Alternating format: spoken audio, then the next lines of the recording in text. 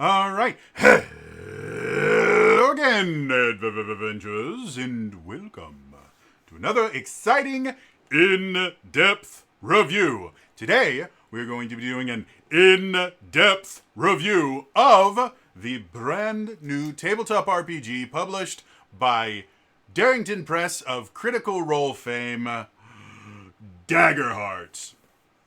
Quick reminder, if you do enjoy this stuff, please remember to like the video, subscribe to the channel, hit the bell icon to turn notifications on. All those things are super important. So, let's talk about this. So, this is a brand new tabletop RPG, and this is going to be an in-depth review. And when I say in-depth, I mean in-depth. I talk about the things that I like. I talk about the things that I don't like. I talk about the things that they do well. Talk about the things I think they need to do better. And I go chapter by chapter, sometimes page by page, and a lot of people don't want to sit through like a 2-hour-long video just to figure out, should I buy this? So I always start off every single one of these videos with a section that I call, Should I Buy This? And I separate potential buyers into 3 different groups. The first group is a group that I call players. Players are people that are going to be primarily, not exclusively, but primarily sitting down at a table and playing a single player character. Obviously, they have wants and needs that are going to be different than other people. The second group is a group that I like to call GMs or Game Masters. This is a group of people that primarily, not exclusively, but primarily are going to be sitting down at a table and running the game. They're going to be designing encounters, playing the NPCs, doing all that fun game mastering stuff. And obviously, they have different wants and needs than a player is going to have. The third group is a group that I call Lorehounds. Lorehounds may never sit down at a table and play the game ever.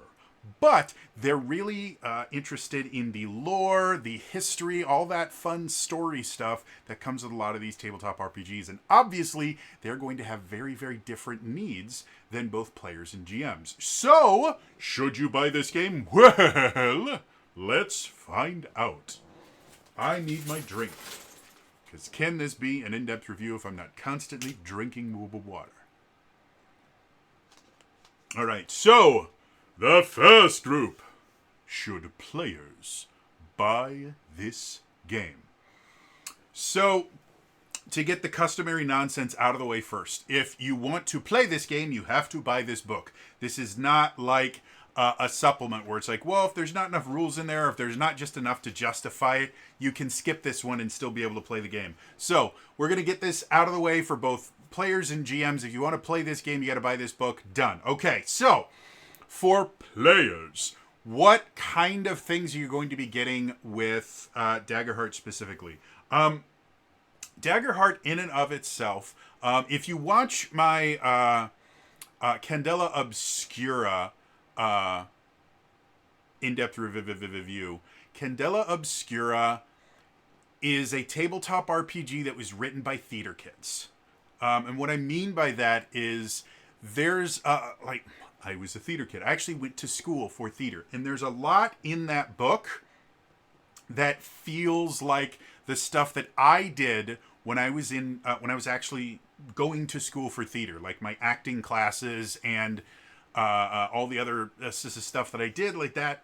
There was so much in there that just reminded me of kind of the craft of acting. And it's a very narrative-focused tabletop RPG. Daggerheart has some similar feelings. It is a very narrative-focused tabletop RPG. If you've played anything like the Powered by the Apocalypse games, or I guess Fabula Ultima might fit in there as well. A lot of the Essence 20 games, they are relatively, depending on which one you're talking about, they're very narrative focused. The mechanics are in there to fuel the narrative. And you're going to have kind of a spectrum in there, where something like the Essence 20 system, the Essence 20 is a very mechanical, narrative-focused game. There's a lot of mechanics and stuff like that, but there's kind of hard and fast rules of what you can and can't do. Whereas you go to something more like Avatar Legends, which is powered by the Apocalypse game, that is a kind of rules light narrative based Giga game where there are rules, but a lot of it is going to be up to interpretation, and a lot of roles are going to involve conversations and negotiations with the game master to go, well, this thing says it kind of does this, and so I'm going to interpret that in this particular way to try and do this. Daggerheart kind of falls in the middle. There's a bit of crunch in here, but I wouldn't even put it as far as something like Essence 20. There is a decent amount open to interpretation, especially when you start looking at things like combat rules, where as opposed to something like Essence 20 where you have a move, an action, and a free action, you don't have that. You actually don't even have a set initiative order, and there isn't even a mechanism that forces the GM to run their monsters at certain intervals or anything like that.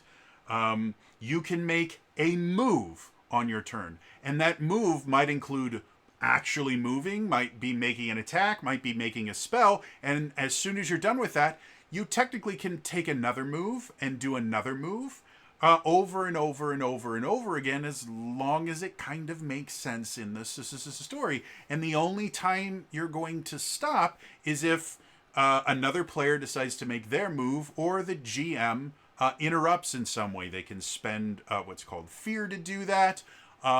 Or if you miss, if you don't make one of your checks, or you roll with fear, we'll explain that mechanic a little later, they immediately can come in and start taking turns and things like that. But it is a very narrative-focused game. So if you are coming from something like Pathfinder, or even D&D 5th Edition, or if you're really crazy and coming from something like GURPS, there's going to be a lot here that is going to frustrate you, because they don't actually explain certain things on purpose. It's not that they don't explain them. They leave things intentionally vague because this game is designed to help you tell a narrative, help you to tell a story. And they put just enough rules in there so that the story can make sense when there's a bunch of different people playing it. As far as like character options and stuff like this, I'm actually a big fan of how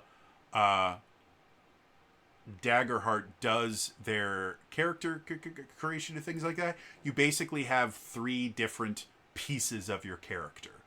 You have your class, you have your ancestry, and you have your community. Very similar to Essence 20 games, where you've got influence, origin, and role.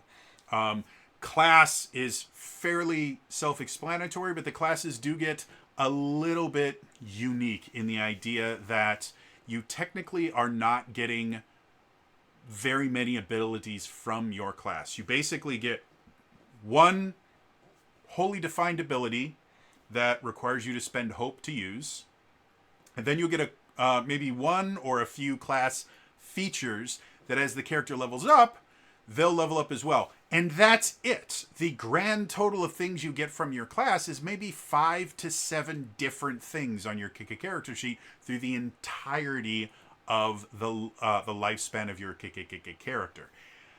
It's kind of weird. Where you get most of your abilities is from these domains.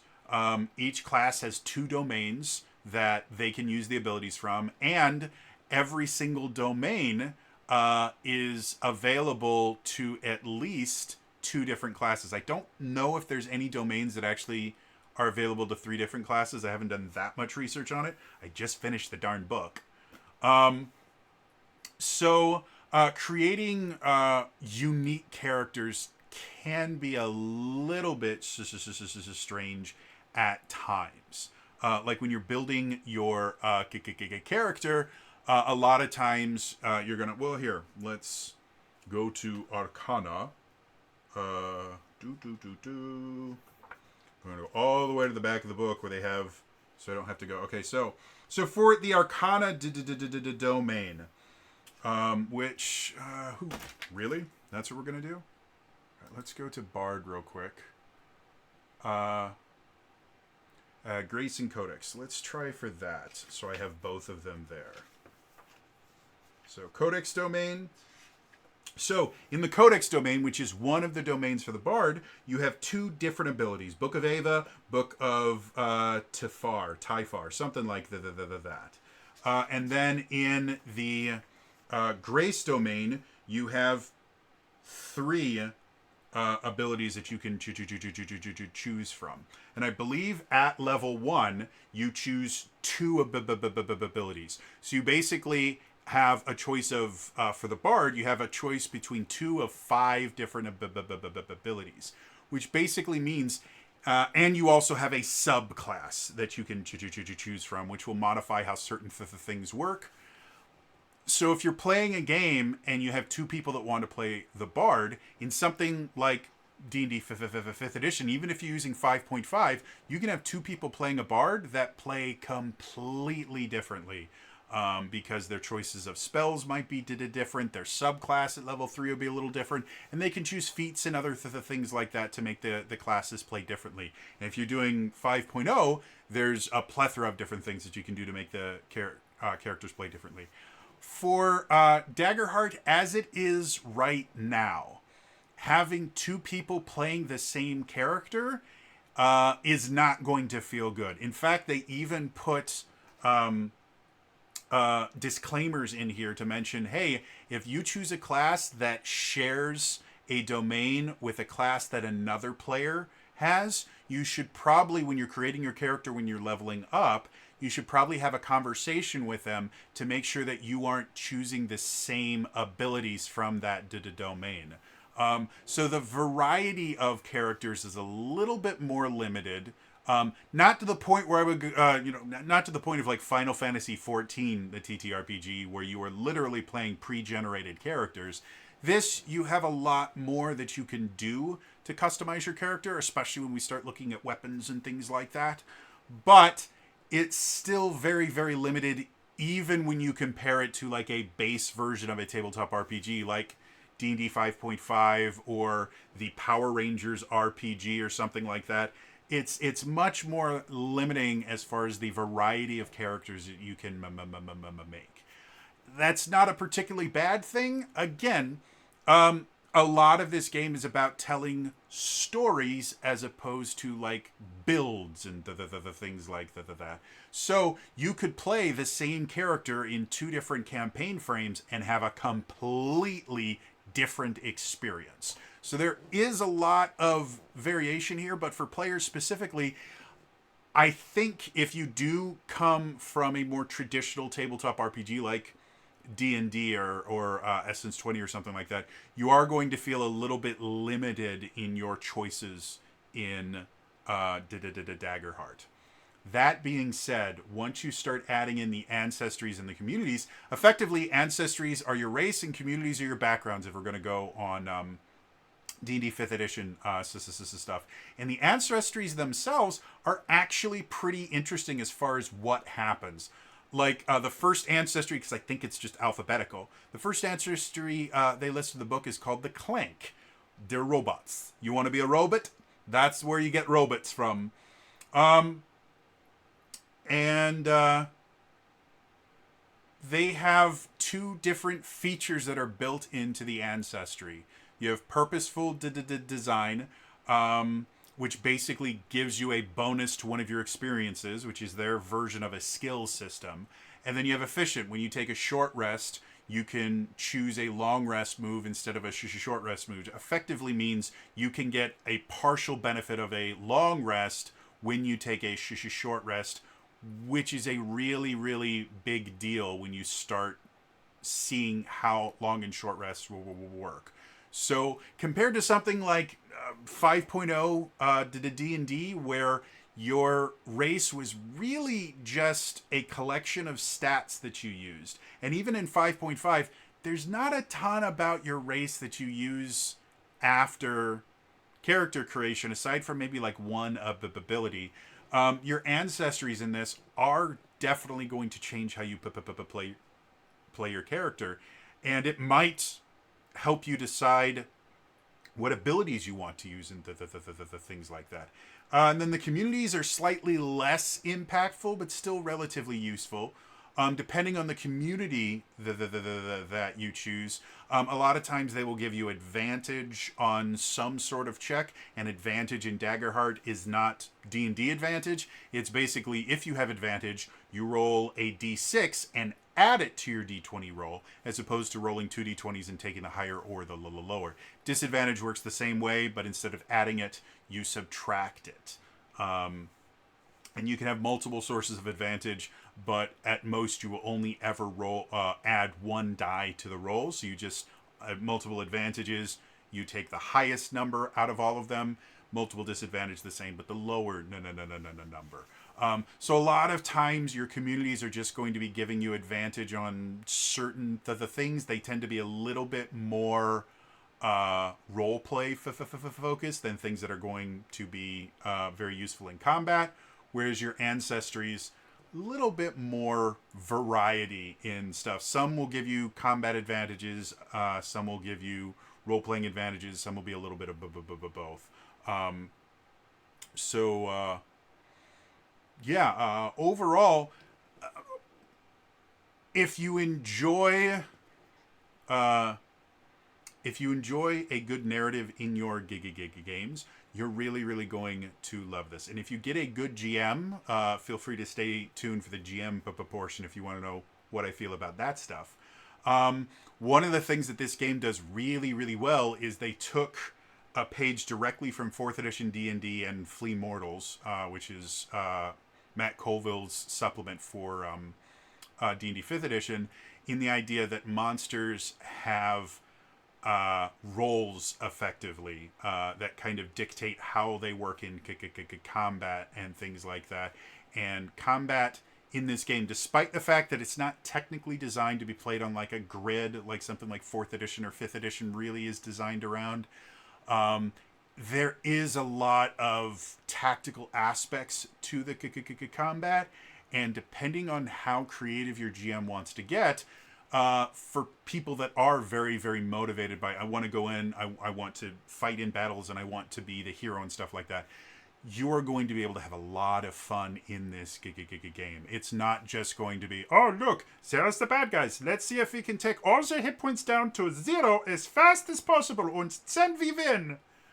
Like, they have multi-part battles and reinforcement things and different goals for combat, as opposed to just, oh, look, all the people are dead, we win. So, yeah, there's a lot here. Especially when you start dealing with the campaign frames and stuff like that. There's a lot here that I think makes for a really, really entertaining and rewarding tabletop RPG. So, do I recommend this to players? Well, so there's a bunch of different ways that you can get Daggerheart stuff.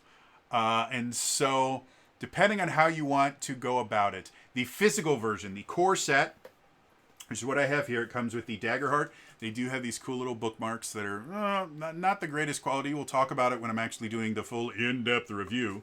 Comes with this, and then it also comes with this. This is all the cards, and I've opened up one of them, and the cards have fallen out. So the cards are an important part of Daggerheart.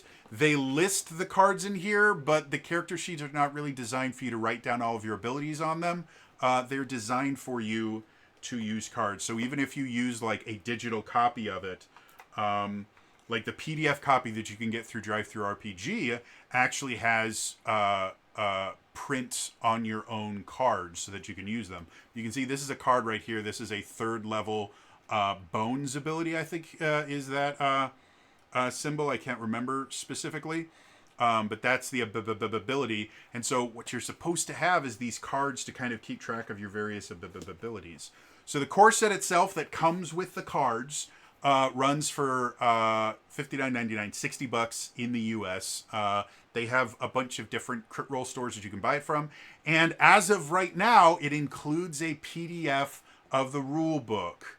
I have not gotten my PDF yet because I am recording this at like 1 a.m. on the morning of the 20th, so they just haven't sent me my PDF. But and I also had to pay an additional $10 for shipping. So for $70, do I think this is worth it for players? I do. I like cards. I think they're more fun than just writing abilities on your character sheet. I think the game itself has a lot of rewarding play, and can fit into quite a few different niches. But I am going to put a caveat on this. If you're looking for a very kind of tactical or mechanical game, this isn't going to be the game for you. This is a very, very narrative-focused campaign. There's specific things in here that actually annoyed me that they didn't explain more, which again I'll go into more in my in-depth review. So because of that, spending effectively $70 once you factor in shipping on a game that is not going to be your fit will probably not be great. So if you're not looking for something that's relatively narratively focused, maybe don't get the physical set. If you want to go digital, there's a couple different ways to do it. You can get it on DriveThruRPG. I think it's like $10 there. I might be 100% wrong. Let's look and see if I can find it. It's the one thing I didn't look up.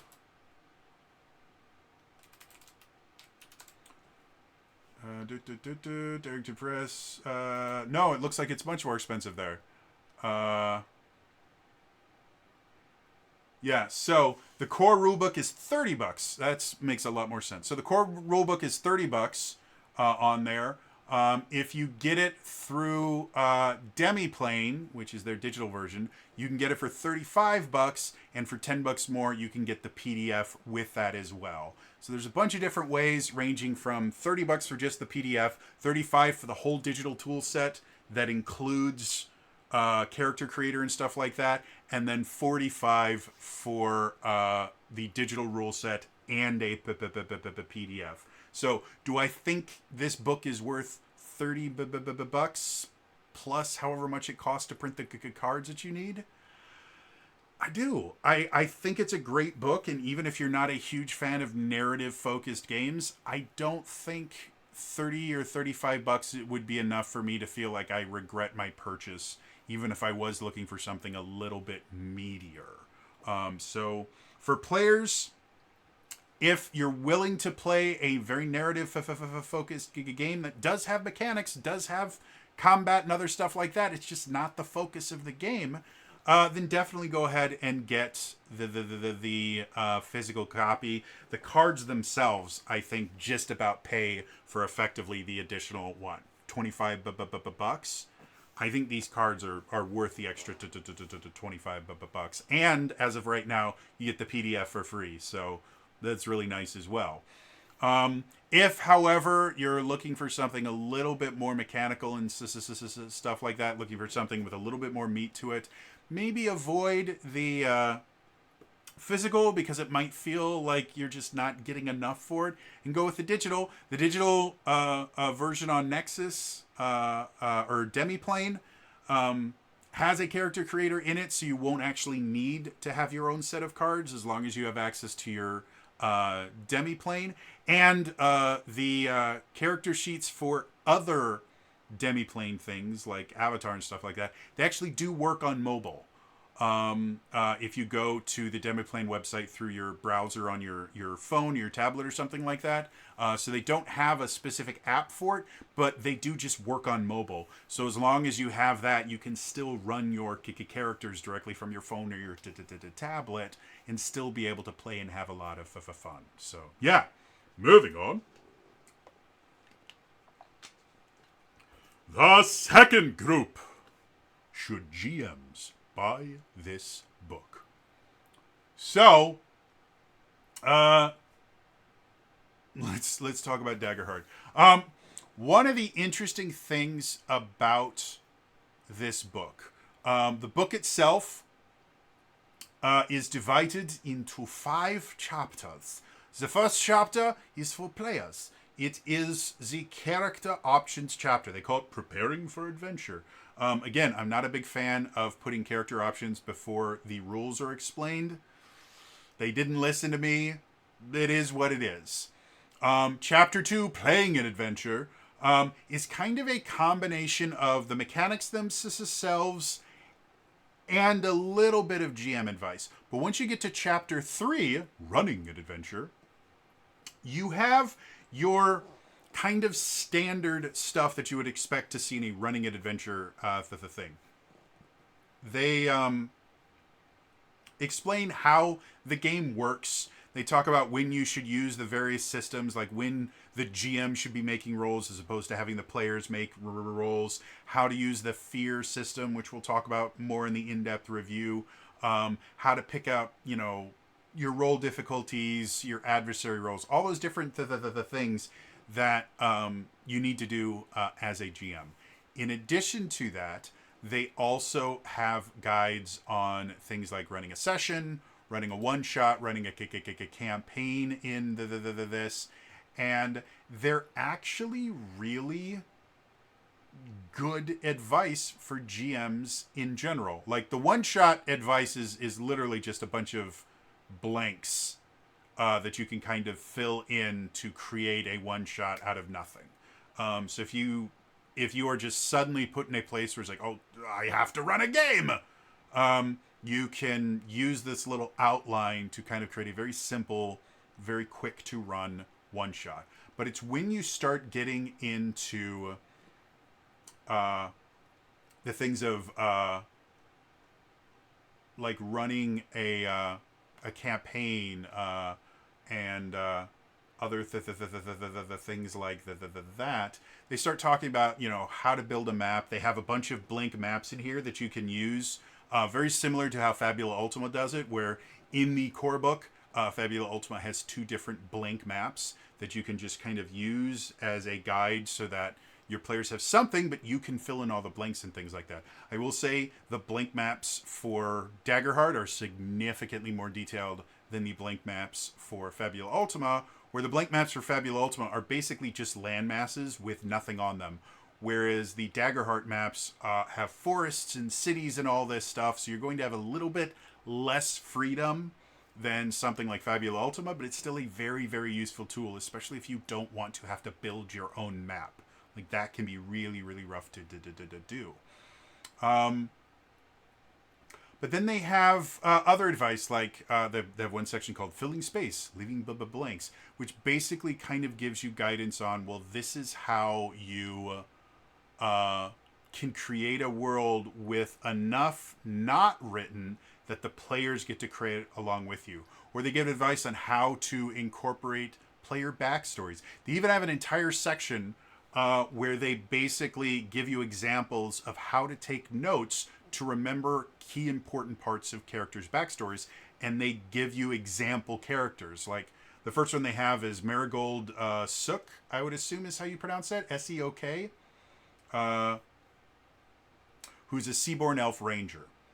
They have a note played by Kate, she, her, and then born in the floating city of Bloomfair, had to leave her mother behind to go on the run. She's being chased down by the leader of the 4 elementals for stealing their stone of power during the last ceremony. So it gives you this good idea, and in the book, I think it looks a lot better than in the digital version. I'll see if I can't find it here.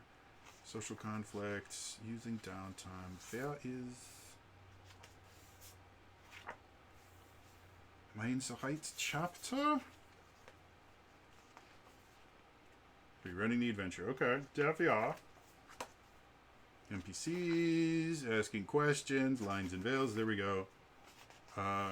Using conflict, using downtime, running a campaign. All right, I'm going to see if I can't find... Okay, so the backstory notes here just feel a little bit more natural, but I'll show you in the book. So as you can see, they have these little section down here that just kind of shows you how to kind of take notes for... in order to be able to kind of remember what the important parts of your character backstory. And then as it goes further, it gives other advice, like how to plan a story arc. They talk about the 3-act writing system. If you're not familiar, writing in general, and this is 100% written by a writer. The way that you structure a story, there's a bunch of different ways that it can be done. One of the most common when we look at television is what's referred to as the 3-act system. And the way that we can recognize it in TV is any half an hour production is generally written in a 3-act 3-act structure, because each act ends on a commercial break. And so that's how it works. If you're looking at hour-long TV shows, they're generally written in a 5-act system. So what this does is it actually kind of very briefly explains how the 3-act structure works, in order to kind of familiarize you with, hey, this is how you write a story. And then it gives you examples of where the acts are. It teaches you how to break things down into beats, which is a really important thing that, again, I learned when I was an actor. But in storytelling in general, it's an important thing to understand. Beats are basically individual bits of the plot where something happens or something changes. So a lot of the advice that they give in here, again, very useful for running Daggerheart, but is also just very useful information for GMs that I haven't really seen in other books. Again, I mention all the time, Essence 20 has a lot of stuff in there that gives you good advice, or Fabula Ultima is brilliant in the just massive amount of advice that they give for GMs that is not Fabula Ultima specific. And the same thing can kind of be true here. And I'm continually impressed with the fact that, again, Fabula Ultima has a lot of great advice.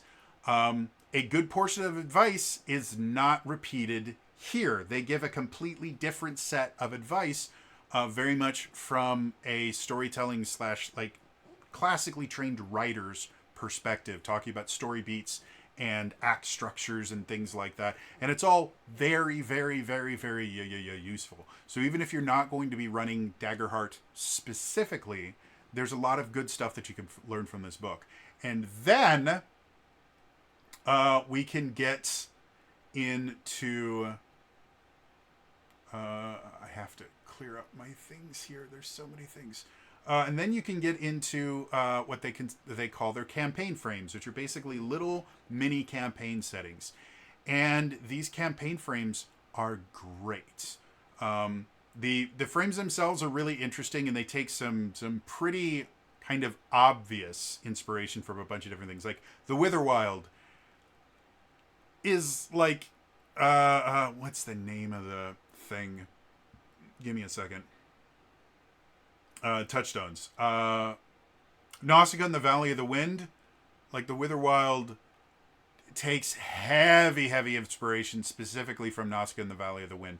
And they actually say that every single one of these campaign frames, they will actually go, oh, touchstones, these are the things that inspired us. For the Witherwild, it's Princess Mononoke. Another thing where it's kind of nature versus humanity. The Legend of Zelda, the Dark Crystal, and Nausicaa in the Valley of the Wind. The basis of the Witherwild is effectively there's this kind of hyper alive natural area, and humans used to live kind of next to it and in harmony, and then they decided to kind of break in and try to take over the natural world, and the natural world got pissed and created this thing called the Witherwild, which is a corrupting influence and all this stuff. And that's kind of the world that you live in. And it's really, really interesting. They have tips, and a lot of these campaign frames actually have specific mechanics that are exclusive to that campaign frame that help you kind of do different things. I find it really, really interesting. But again, these campaign frames, I could run a D&D game in the Witherwild. It would not be difficult. There's enough here that describes the area, and they have a map for it and everything like that. The Witherwild does not require you to be playing Daggerheart in order to use it. The same is true about all of the other campaign frames. And they all kind of have different things that they exemplify. Like Five Banners Burning is kind of your classic, almost like Final Fantasy Tactics style or Fire Emblem style adventure, where you have a bunch of different countries that are dealing with things. The touchstones for this are Song of Ice and Fire, Avatar: The Last Airbender, Babylon 5, that's hilarious, Dragon Age Inquisition, Eberron Rising from the Last War. All these things where there's a bunch of different countries kind of all fighting over different things, and the difference between war and peace and Cold War and things like that. The one that I did a deep dive into is the Age of Umbra, which is what their miniseries is going to be about. All of them are very, very interesting. All of them are very unique. All of them can be used as inspiration for your own campaigns, even if you never run Daggerheart. The other thing that I really like about them is whenever you go to the campaign frame, I'll go to Age of Umbra just to give an example. One of the first things on there is called the pitch. And it says right underneath the pitch, read this section to your players to introduce them to the campaign. This is the pitch for Age of Umbra. A century has passed since the god king Othadius betrayed the pantheon, provoking divine punishment and abandonment by the gods that left the realm of the Halcyon domain shattered, desolate, and eternally cursed. Throughout this shadow-choked land of decaying fortresses and dreadful monstrosities, surviving communities cling to hope in the face of lightless oblivion. In an Age of Umbra campaign, you'll play heroic survivors who protect their community from the terrors beyond their walls. Venture out into the unknown to hunt the nightmares that twist and grow with each fallen soul. Seek answers to the curses that corrupt this world, and perhaps even discover a way to change its fate. So the thing that I love about this, and is so great for GMs specifically, is this is what we refer to in the business as an elevator pitch. An elevator pitch is an extremely important thing in the world of business, because it's designed to be something like, oh, you get into an elevator with someone important. They go, oh, what do you do? You only have enough time to get them interested while you're in the elevator. As soon as the doors open, there's a good chance they're never going to think about you again. So your elevator pitch is designed to be, oh, I do this and this and this, and I'm actually looking for this particular thing in this and this and this. And if it's interesting enough, that will get the important person to remember it, and then you have a significantly better chance of actually getting funding or hired or whatever you're pitching for. That's effectively what this pitch is. It's an elevator pitch, and it's designed to be enticing to players. They read this, they know exactly what it is that they're going to be getting into, and it gets them excited about it. They want to play in this kind of world. So again, even if you're not going to be running it, learning how to template, learning from these pitches and going, oh, those are the things I should include in my pitch if I want to get players excited about playing in my game, or if I'm recruiting players. If you learn how to template this stuff, it's incredibly useful for GMs that don't have a set table that meets every week or whatever.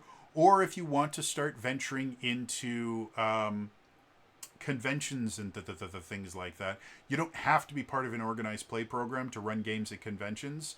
I know a lot of people that just run games because they enjoy running them. I think Luke Gygax runs an adventure called the Tower of Gygax at a bunch of local conventions all the time. It's an old school, like, basic D&D dungeon crawl. And from what I've heard, it's a huge amount of fun. So understanding how to create a decent pitch, that's the kind of thing that you would put into the program or the online guide where people can choose what events that they want to go to. So it's a really, really useful thing. And then the final thing for GMs, you will learn how to create more interesting combat, like 100%. The chapter 4 is Adversaries and Environments, and it's amazing. First of all, adversaries are specifically designed to make interesting encounters as opposed to just being stat blocks with a bunch of cool abilities like they are in D&D and most other tabletop RPGs. They have guides for how to make combat more interesting and how to introduce win and lose conditions that aren't just you die and things like that. So very, very interesting and fun. And then they also have environment stat blocks where the actual environment itself has its own stat block. It has its own things that happen to it. So it actually treats the map that you're on as its own unique character with different things that it does. And it's something that I've never seen in a tabletop RPG before. Again, I'll go into more detail during the in-depth portion of this, but it's absolutely fascinating. And the system itself is brilliant because having the map itself be an adversary that your players have to overcome is ingenious, and it's a fantastic way that they do it. So, do I recommend this for GMs? Hell yes. You know, $60 plus shipping, or if you go into your friendly local game store, you don't have to worry about shipping there, which is really nice. You won't be able to get the PDF with that, but whatever. Definitely worth it. Obviously, if you want to run the game, you need it, but even if you're not going to run it, just looking over how they design adversaries, the environment stat block system, all the advice they give for running sessions and how to think in a beat sense, and you know, the explanation of how the 3-act structure works and things like that. All of that is absolutely brilliant and wonderful things for a GM to learn. So you will definitely get your money's worth out of this book. And again, $35 for the digital version, $30 for just the PDF, or $45 for both the PDF and digital. They're all fantastic ways to do this. So I highly recommend doing that as well. It's great. It's amazing. It's wonderful. Moving on. The third group. Should Lorehounds buy this book?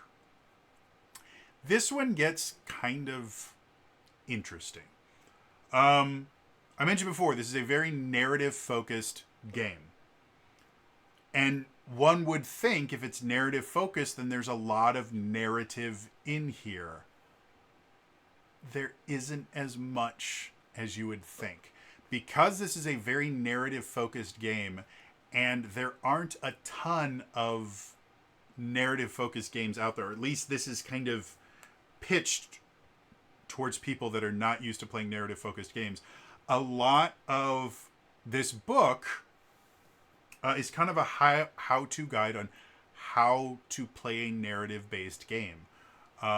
Things like if we go to... Let's go to the Druid this time, so we've already looked at the Bard.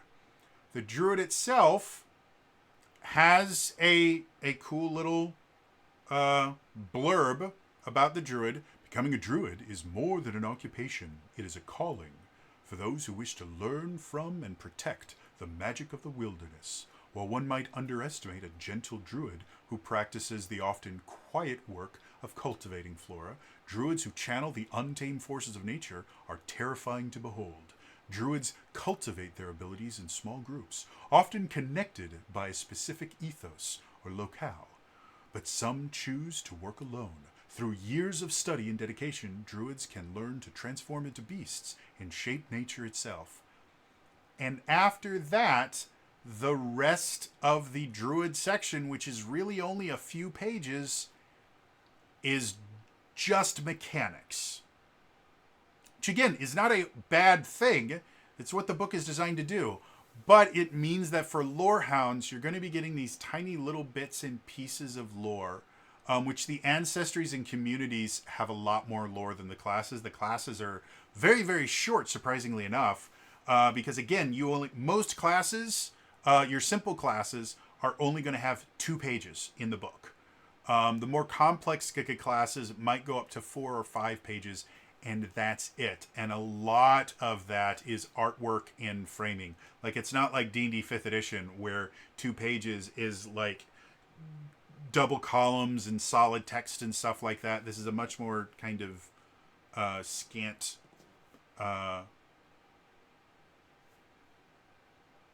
layout and the things like that. As you get further in, like one of my big complaints about this, the weapons section. I actually really enjoy looking at equipment sections and stuff like that. They have unique weapons in this. Like let's just go to the equipment section, to primary and secondary weapons, and look at the things. So they have kind of your traditional stuff that you can figure out: broadsword, longsword, greatsword, mace, warhammer, stuff like that is pretty simple and easy to understand. Those are all the physical weapons.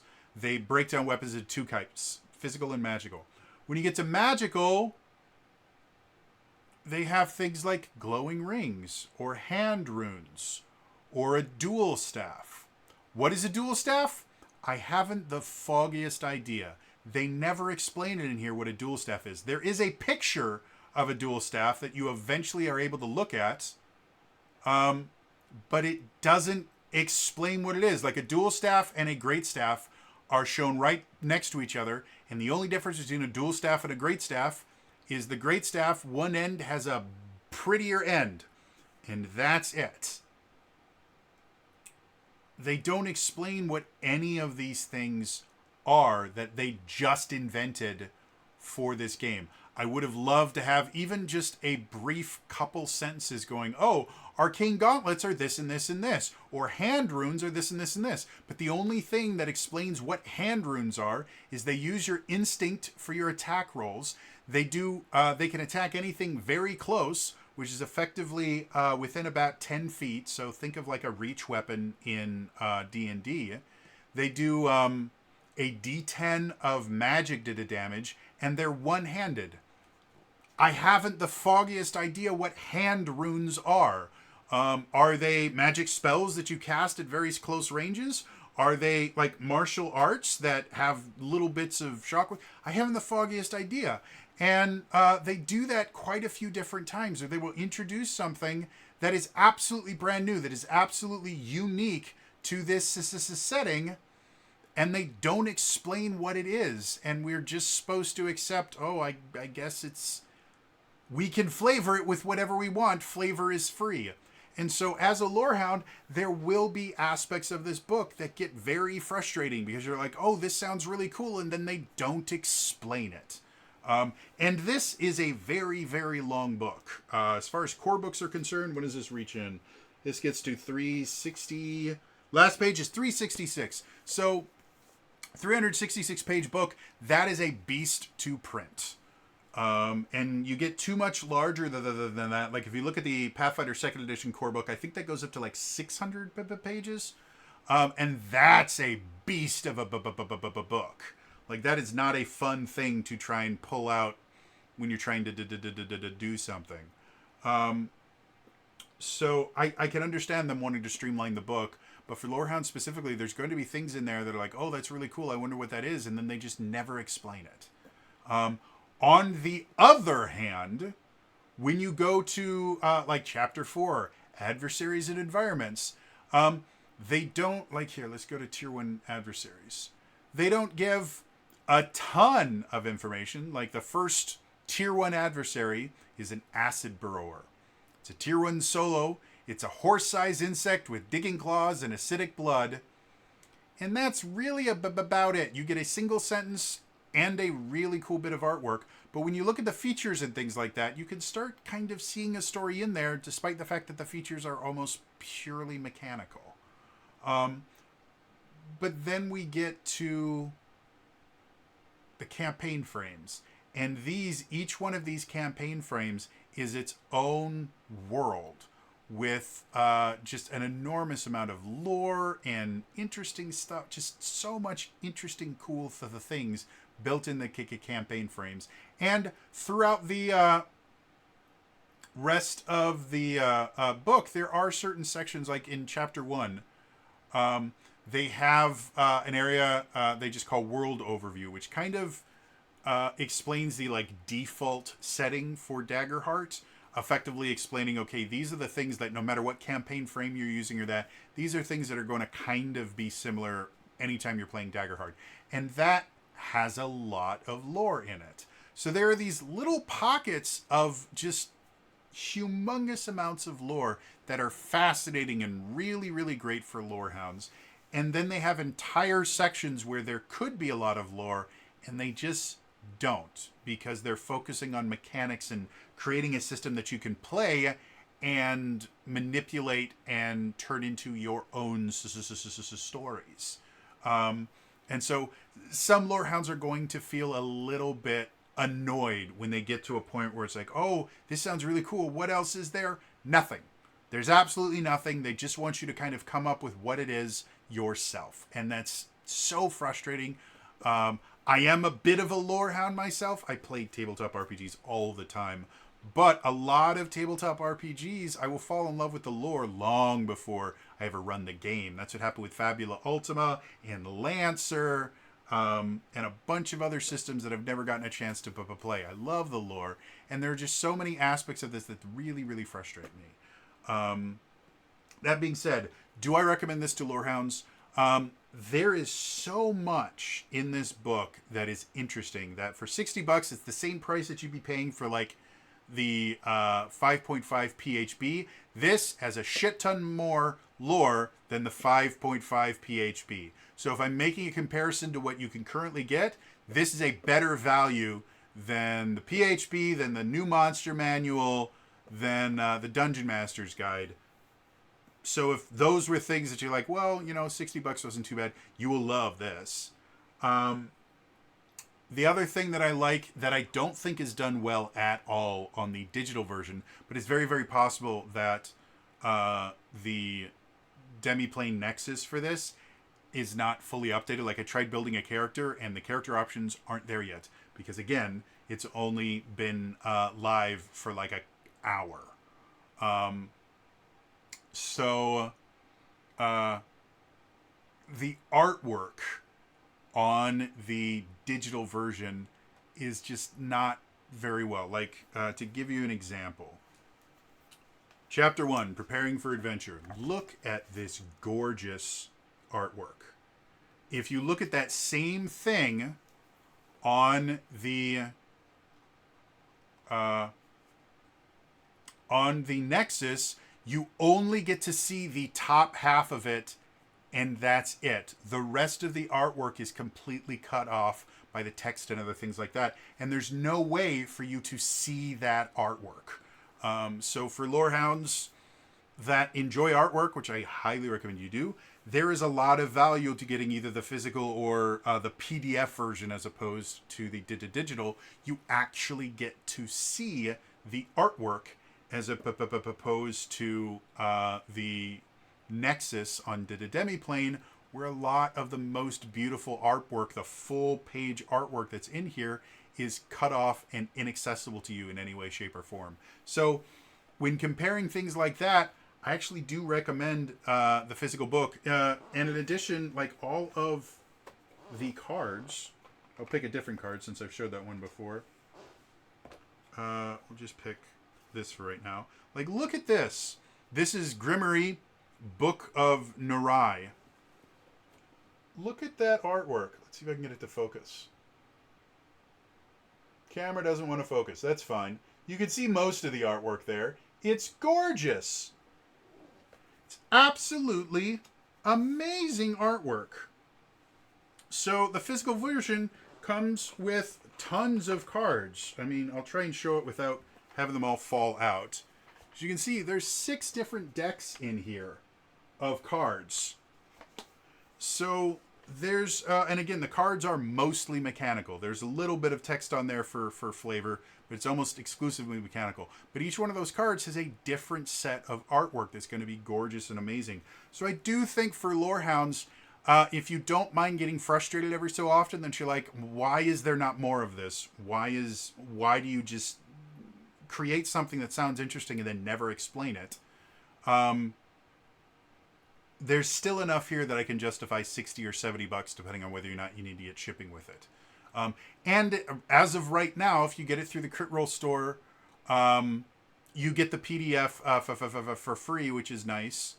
So yeah, but the digital version, like I said, I probably wouldn't recommend the Nexus version for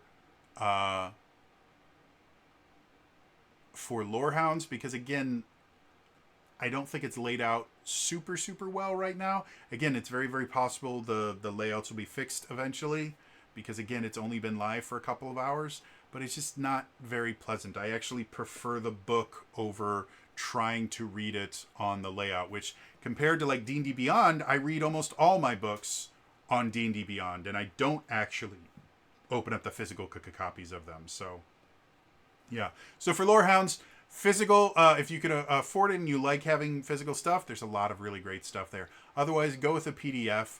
You're going to get frustrated at certain points, but $30 I still think is worth it for the amount of stuff, especially when you look at the campaign frames and other stuff like that. Like there is a decent amount of lore in here.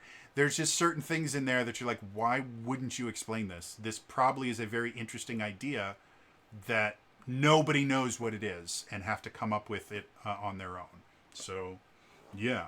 Moving on.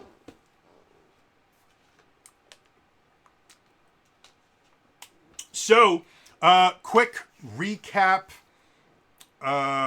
recommendation recap, that's what I could call it, for players. If you enjoy narrative-based games, definitely get the physical version. It's cool stuff. It comes with a free PDF right now. It's great.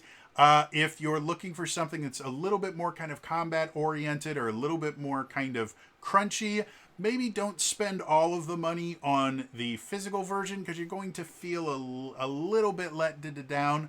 But definitely the digital version, especially with the character creator and the things like that, it'll mean that you don't have to worry about having cards. You can access it on your phone and stuff like that through the browser. It's a nice investment, and there's a lot of really good stuff in here for players. For GMs, it's a definite yes. Not only is the system itself robust and gives you a lot of tools to be able to do some cool stuff in it, but it has a bunch of systems in there that will teach you really good things. It teaches you about the 3-act story structure. It teaches you about story beats and how to think in relation to different beats and the things like that. The campaign frames are brilliant and wonderful. The way that they create combat encounters is fantastic and will make you a better GM. There's tons of stuff in this book that is just there to make you a better GM. So definitely, full price physical is definitely worth it. Otherwise, getting the digital or however you wanted to do it, you're going to get something good out of this. And then for Lorehounds, it's a little more of a soft recommendation. The physical is gorgeous because of the artwork, and the cards themselves are amazing and wonderful. However, there are sections of the book that are particularly sparse, annoyingly sparse in lore, where they really should be more. So if you like having physical things and you're really into artwork, definitely get the physical. There's still enough in there to justify it. Otherwise, the PDF is probably your best bet if you're not looking to spend $60 or $70 on it. The digital version, I just don't think is geared and developed very well specifically for Lorehounds, since you're not really going to be using the character creator that much, and reading it on the Nexus website is just not quite as intuitive as I would like it to be, and it does cut off massive portions of the artwork. So that is my recommendations. If you are just here to see if you want to pick this up, thank you so much for tuning in. In the comments down below, what are you most excited about the system? Do you like the different classes and character creations? Are the different campaign frames the thing that's really drawing you to this? Or are you just a Critical Role fan and you're supporting them because that's what critters do? Let me know in the comments down below. Now, it is time for us to get into the in-depth review. An hour later. This is going to be a wild one, guys. A long one. Now, I want to do a reminder. This is going to be an in-depth review. And when I say in-depth, I mean in-depth. I'm going to be going chapter by chapter, sometimes page by page. I'm going to be talking about the things that I like, the things that I don't like, the things that they do well, the things I think they need to do better. However, this is already an hour-long video. It's going to get longer. This might break the 3-hour mark. There's a lot to go over here. And that's just really long for anyone to sit through. So every one of these videos, I make timestamps. Feel free to jump around to the different sections that are most interesting to you personally. I'll be putting the timestamps in. Use them. I know YouTube would rather me tell you, no, sit down, watch the movie 17,000 times in a row, never leave YouTube. But that's just not what it is. So the timestamps are there. Jump around to the places that you find most interesting. And yeah, I think it's time for us to dive into this in-depth review. The first section, the introduction. Every single tabletop RPG has this section. They call it the introduction, and it always does the same thing. What mean tabletop? What these clicky math rocks? That's exactly what you could expect. Like, again, the introduction starts off with, welcome to Daggerheart. Has a paragraph in italics to show you that it's special. And then the first subheading is, what is a tabletop role-playing game? It's exactly what you expect. But then it immediately gets into what kind of role-playing game is Daggerheart.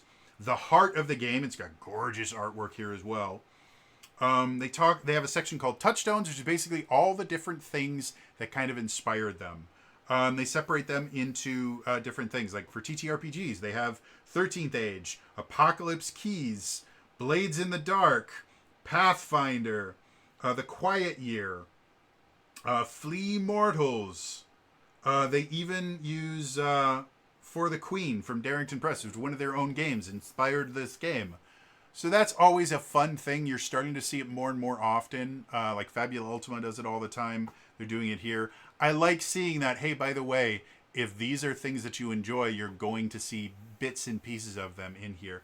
And then they actually have a section here called Special Appreciation, where they specifically call out certain things like the Cypher system, which is the system that I use to run my Zelda game. They specifically mention the Cypher system from Monty Cook Games and its GM intrusions pave the way for spending fear to interrupt a scene. It's really nice to see them kind of acknowledging we did not develop this in a vacuum. These are other things that inspired the things here. So if you're used to these things, like again, I run the Cypher system often. I've been doing it for 2 years now, or almost 2 years now. I'm very familiar with how the GM intrusion system works. And so seeing that in here, it helps me to understand these other things in there. And then they have stuff like rulings over rules, which is kind of a dirty phrase now in the D&D scene. And then, again, your kind of standard, what do you need to play? How may I be a player? So, as introductions go, it's a good introduction. Because it doesn't just go, what mean tabletop RPG? Like a lot of TTRPGs do, which gets really, really boring. I mean, it's useful for someone that's never played a TTRPG and has no idea what they are. But to be blunt, someone that has never played a TTRPG is not going to be picking up your book on their own. Someone is going to tell them, someone is going to introduce to them, and so they should have an idea of what a TTRPG is before they pick up the book. So I'm getting to the point where I'm just sick of seeing, what is a tabletop role-playing game?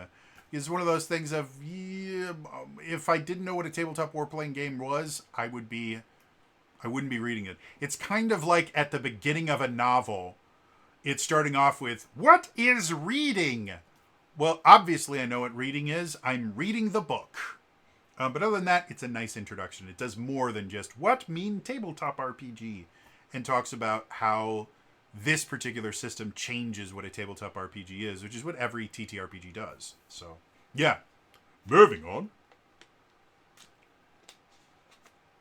Chapter 1. Preparing for adventure. I need to go over here. It's not easy being green. So I have like the table of contents on my big monitor, and I have the book here to make it easier for me to kind of go. So, preparing for adventure. This is your character options chapter. I'm going to say this over and over and over again until people start listening. Do not put character options before you explain your game. This annoys me so much, and it really ticked me off when I was reading this, because I'm reading through the character options, and they're talking about things that I don't understand. And so I had no idea whether these aspects were useful, whether they were good things or bad things. They just wouldn't tell me. And it's just so incredibly frustrating. Put the how to play section as chapter 1. Let people understand what are the basic mechanics. Like, they don't explain what rolling with hope is and rolling with fear is until chapter 2. But every single class deals with that mechanic. It's the most important mechanic in the game. And they reference it constantly. And it's about as useful as going, hey, have you tried Squeedoocle? Squeedoocle is super, super good. You should use Squeedoocle. And Kerfuffle? Kerfuffle's the amazing. And Naruk. Naruk is just really the most amazing thing in the world. And it's just gobbledygook. It doesn't mean anything. Critical Role. I understand you can't reprint this book or anything. You're never going to do that. But if you make another tabletop RPG, take the lesson that it took D&D 50 years to learn. Put the rules first. Stop putting character options in the beginning of the book. You don't need them there. It's not that difficult to open up to chapter 2 when you want to build your character as opposed to chapter 1, where there's not that many more pages that are so incredibly heavy that I can't open up to chapter 2. That being said, it's a cool chapter. It starts off with the section World Overview, which basically kind of shows the default things that are kind of expected as far as the world is designed to work. Things like, they talk about the core realms, the mortal realm, the hollows above, and the circles below. They kind of put the emphasis on the idea that there are pantheons of deities in here, and they live in the hollows above. There are evil deities or forgotten deities. They live in the circles below. They talk about demons and things like that, and kind of demigods. These are all things that will show up in every single campaign setting in different ways and settings. So this is kind of your default setting without having an actual default setting. And they do it from a very in-universe point of view. So it's not so much sitting down and going, okay, we expect this and this and this. They're kind of telling the story of where the world comes from in the most generic terms possible, so that you can adapt that to any of the different campaign frames or your own setting. And then they immediately go into character creation, which annoys me, but whatever. They do put a massive, massive emphasis on Session 0. And this Session 0 became the kale of tabletop RPGs, where everyone's like, "Oh, have you tried kale? Kale, it's a superfood. It's a superfood. It makes you very, very healthy. It's that you put kale in everything. Put kale with your fried chicken. Put kale in your salad. Put kale in your enema. Just always kale. Put it up your nose, in your ear, under your eyelids. Kale, kale, kale, kale, kale, kale, kale." If anyone doesn't know what kale is, it's a very bitter leafy green that has a decent amount of vitamins in it. And that's it. It's not a superfood or anything like that. It's just a leafy green. There are better ways to get your vitamins. But everyone's like, kale, kale, kale, kale. And that's what Session Zeros are. I'm not saying Session Zeros are a bad thing. They're just not the be-all, end-all. And they don't solve the problems that people claim that they solve. You can have a Session 0 and then still have an RPG horror story. The Session 0 is only worth the amount of effort that you put into it, and you can put in that effort without having a Session 0. So they talk about Session Zeros over and over and over in this book. They really want you to understand, have a Session 0, have a Session 0, have a Session 0.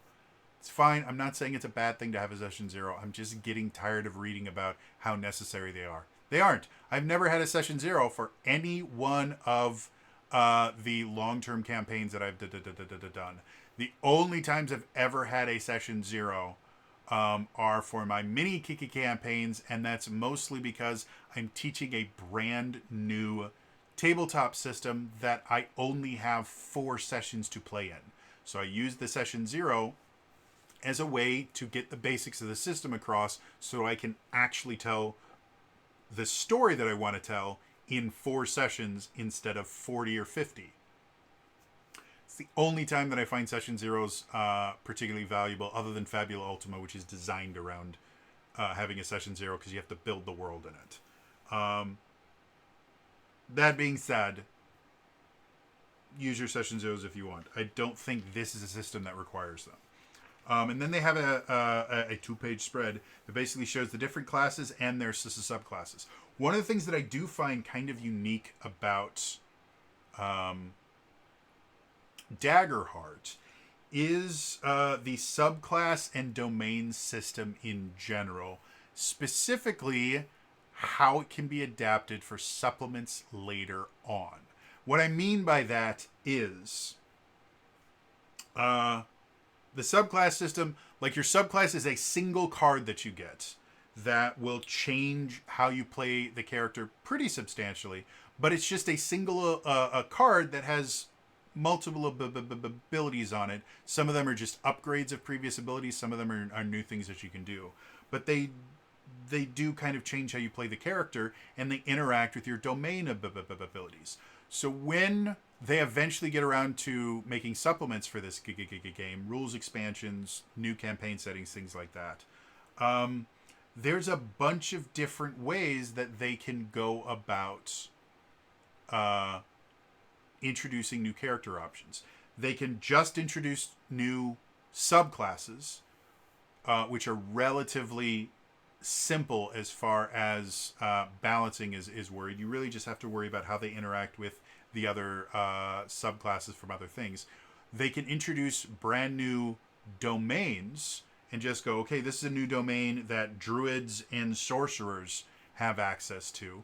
Or they can expand already created domains by just adding new abilities to, let's say, the grace domain that bards and rogues share. So it gives them a lot of leeway as far as how they can expand this. And then as well, they can just make new classes as well. And those new classes might have brand new domains that are introduced with the classes, or they might just take 2 domains that already exist and add them onto the new class and the new subclasses. So there's a lot of different ways that they can expand this, and I will be interested to see how they work. As it is right now, character creation is a little bit limited. The subclasses are cool. They do definitely change how you play the character. However, as I mentioned before, in general, you're only having a choice of like 2 out of 4 or 5 choices at level 1. And then as you level up, it's generally just 1 of 2 or 3 abilities. So there's not a lot of variety. If you play a class once in Daggerheart, how it is right now, if you play a new campaign, you're going to be making very similar choices. Even if you choose the other subclass, you're still going to be presented with the same character options and things like that. And there's just not a ton. Like, even if you look at, like, I'll even open it up here. If you look at D&D 4th edition, which I have the first player's handbook PDF. So if we look at starting character classes, let's go to the first ones that I have here. So the cleric's their first one. At first level, you get to choose 2 of 4 at-will powers, 1 of 4 encounter powers, and 1 of 4 daily powers, just in the player's handbook. As more things happen, like nowadays, you like if you have all the different options for 4th edition, they use a very similar system in Daggerheart as they did in 4th edition, where you basically have these powers or these abilities. But there's just more choices available to you in D&D 4th edition or 13th Age or anything like that. And it is slightly, I don't know, annoying that there's so few choices in this core book. Now, understand why. Again, this is a brand new system. They are not Wizard of the Coast with tons of people that can kind of create this. They're a much smaller group, but it is slightly underwhelming when you see the options. Even like if you look at Essence 20, in addition to your origin, your influences, and your role, your choice of weapon massively changes how you play your character. It's not really how it is here. Your choice of weapon really is just the range that you can attack in and what kind of damage you do. And that's really about it. They do have magic weapons that add a few new things to it that let you do some slightly different things. But for the most part, it is a relatively simple system. And when I did the play test, I thought, oh well, it's just the play test. They will obviously have more options when the full book comes out, and it just really doesn't look like there are that many more options for you. That's not to say that I don't like the characters in here. I think they're really cool, and there's a couple of them that I find absolutely fascinating as far as how they interact with the things. Like when you look at we have as a druid. When you look at, I want to go past the druid to, which one is it? The guardian. So the guardian is effectively their version of a barbarian, but it's totally not. And that's the thing that's really interesting. The class feature for it is called Unstoppable. It's effectively a barbarian rage style thing, but it definitely doesn't work the same way. You get a resistance to damage. You get additional damage on your damage dice, or on your damage rolls. Again, sounding very similar. And you can't be restrained or vulnerable. They only have three, They only have three conditions in this: restrained, vulnerable, and hidden. That's all they have for conditions. But the way that it works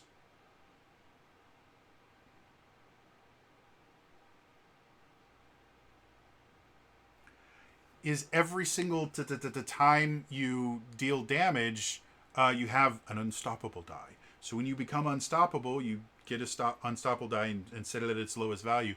Every time you deal damage, you increase the die by 1. And then when it gets to its maximum and you need to increase it again, that's when your rage effectively ends. That is a really interesting way to go about creating a rage style system. And then when you look at the two subclasses for the Guardian, you have the Stalwarts, which is the more defense-oriented one, and then the Vengeance, which is the more offense-oriented one. But both of them have interesting things that you can do as a part of it. Like the Stalwarts literally gives you the ability to absorb more damage. You can use your armor slots an additional time. But at the same time, you can also do things like take damage for an ally.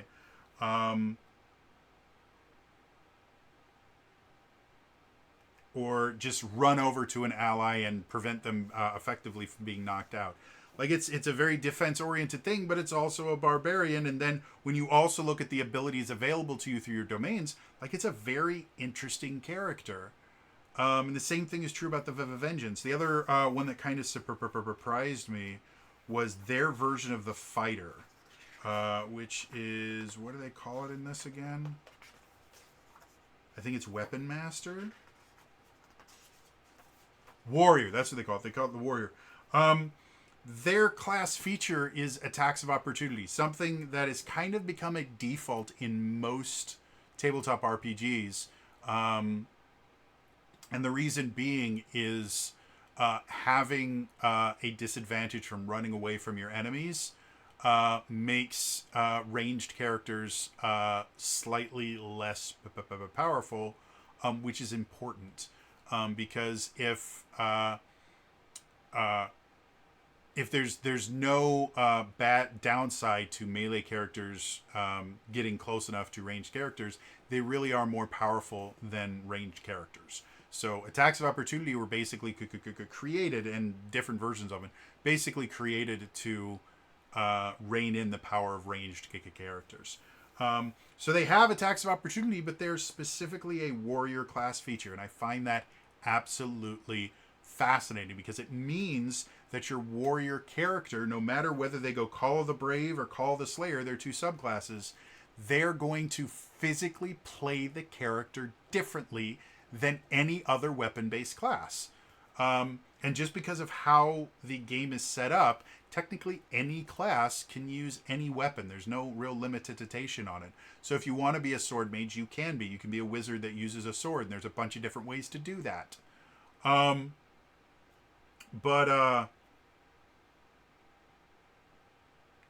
warrior specifically, even if you have a melee based character right next to you, like a melee what was the other one? God, my brain just doesn't remember things, and it's really, really annoying. Not so bad, it's the next thing. What did we call it?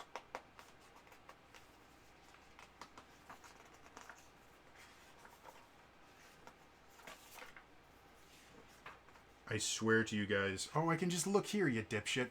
The Guardian.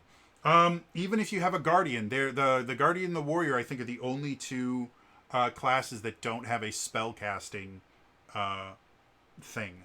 They don't have a spellcasting ability or trait. That's what they're called. So they're the only ones that can't use magic weapons. So even if you have a Guardian and a Warrior fighting side by side, they're both physical weapon-based classes. They will play drastically different, and positioning and things like that is going to be very, very different because warriors get attack of opportunities and guardians don't. Like, that to me is fascinating, and from a class design perspective, it means that they're going to play very, very differently right from level 1, which is important to me. It's important to tabletop RPGs in general. So that in and of itself is just super, super cool.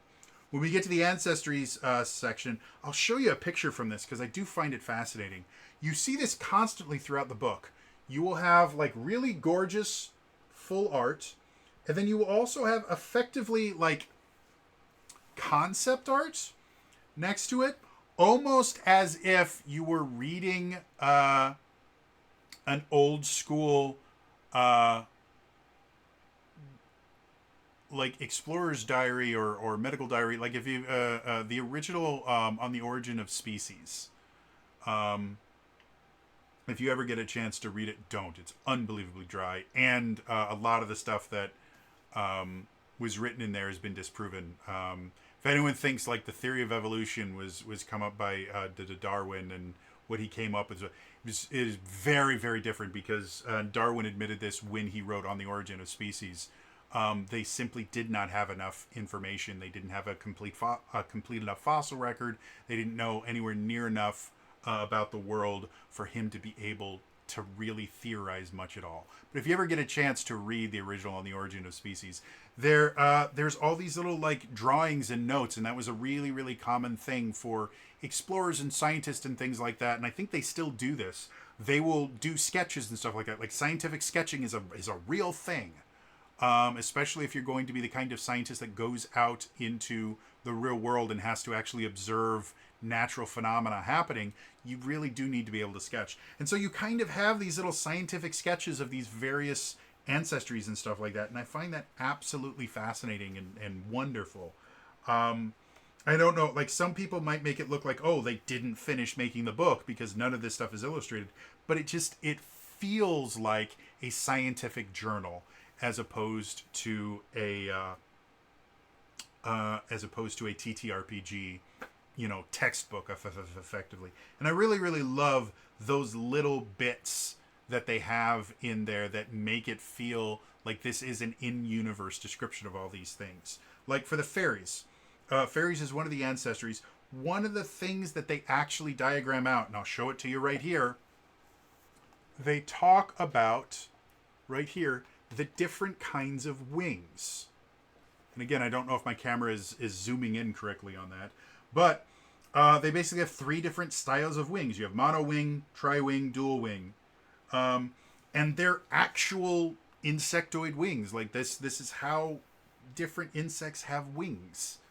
And so I really, really love the fact that there's enough realism and there's enough in here that feels real, as opposed to it just, being real because it's they designed it and everything like that. I just find that really, really fascinating and interesting.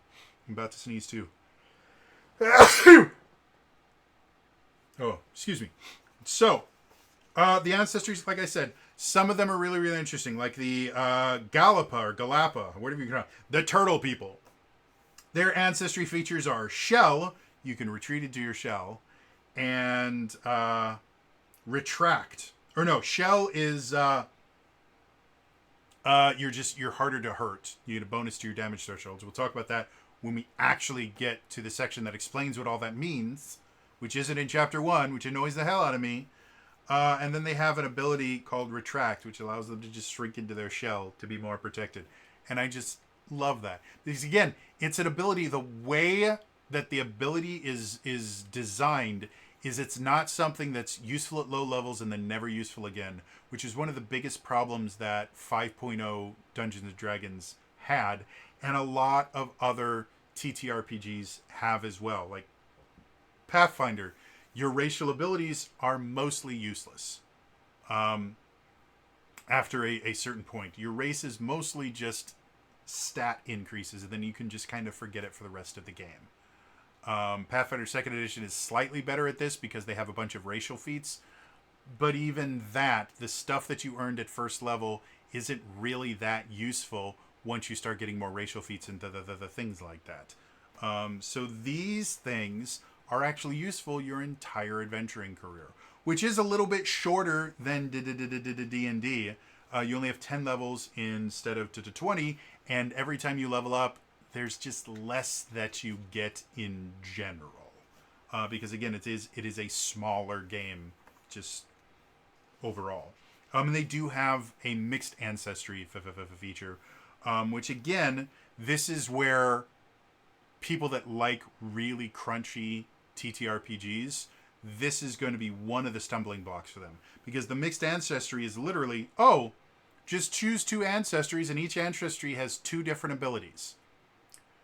Mix and match those abilities with any 2 ancestries. There are no rules whatsoever. This is a min-maxer's wet dream. What stops people from abusing it? The narrative. And that's what min-maxers and people that are really into crunchy TTRPGs, that's when they're going to have disagreements. Because they're being like, well, I can come up with a narrative for why this, but this is the way I want to build my character. And when there aren't limitations, you can literally mix and match any 2 abilities that you want. I can definitely see people trying to break the game doing that. Do I think that means that it's a bad system? Absolutely not. But you do need to understand, if you are running a game with someone that really enjoys min-maxing or making characters that are not perfect, but optimized. Optimized, that's the word I'm looking for. People like to make optimized characters. There's a good chance that they will try to use the mixed ancestry to kind of game this system. Which, again, isn't a horrible thing. There's not enough of a system here that you're going to be able to game a ton of it. But it is going to be a stumbling block for certain types of people. And then we get to the communities. And the communities themselves, there's a lot of lore behind them. But as far as like affecting how you play the game, the communities are probably the least impactful for how you play the game. They're still useful, like for a low-born community. Their community feature is called Well Read. You have advantage on rolls that involve the history, culture, or politics of a prominent person or place. Useful in very, very specific circumstances, and that's it. And as far as the actual use, it's not actually going to change how you play. It's going to make you succeed slightly more often because you can add a d6 to your roll. That's really it. And for the most part, that's what you tend to see for the community stuff is they don't actually give you new things that you can do. They just make you slightly more successful in one aspect of playing your character. So still useful, but not massively. Your ancestry is really not going to change how you play your character almost at all. From a mechanical standpoint. From a lore-based standpoint, it will. It will give you different opportunities in the same way that a background, from a mechanical standpoint, doesn't change a ton of things for you in base D&D 5th edition. And even in 5.5, your background feats are not groundbreaking, game-changing, or anything like that. But they are still useful throughout your entire career. There's still things that will be happening. So, yeah. Like I said, this is going to be long, guys. They also have a section called the Additional Player Guide. And this is where I have my biggest issue with this book.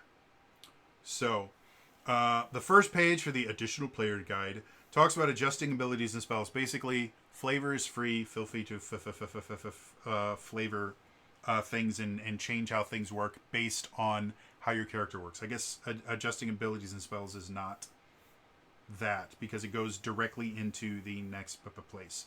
There are 3 pages, I think. No, just 2 pages.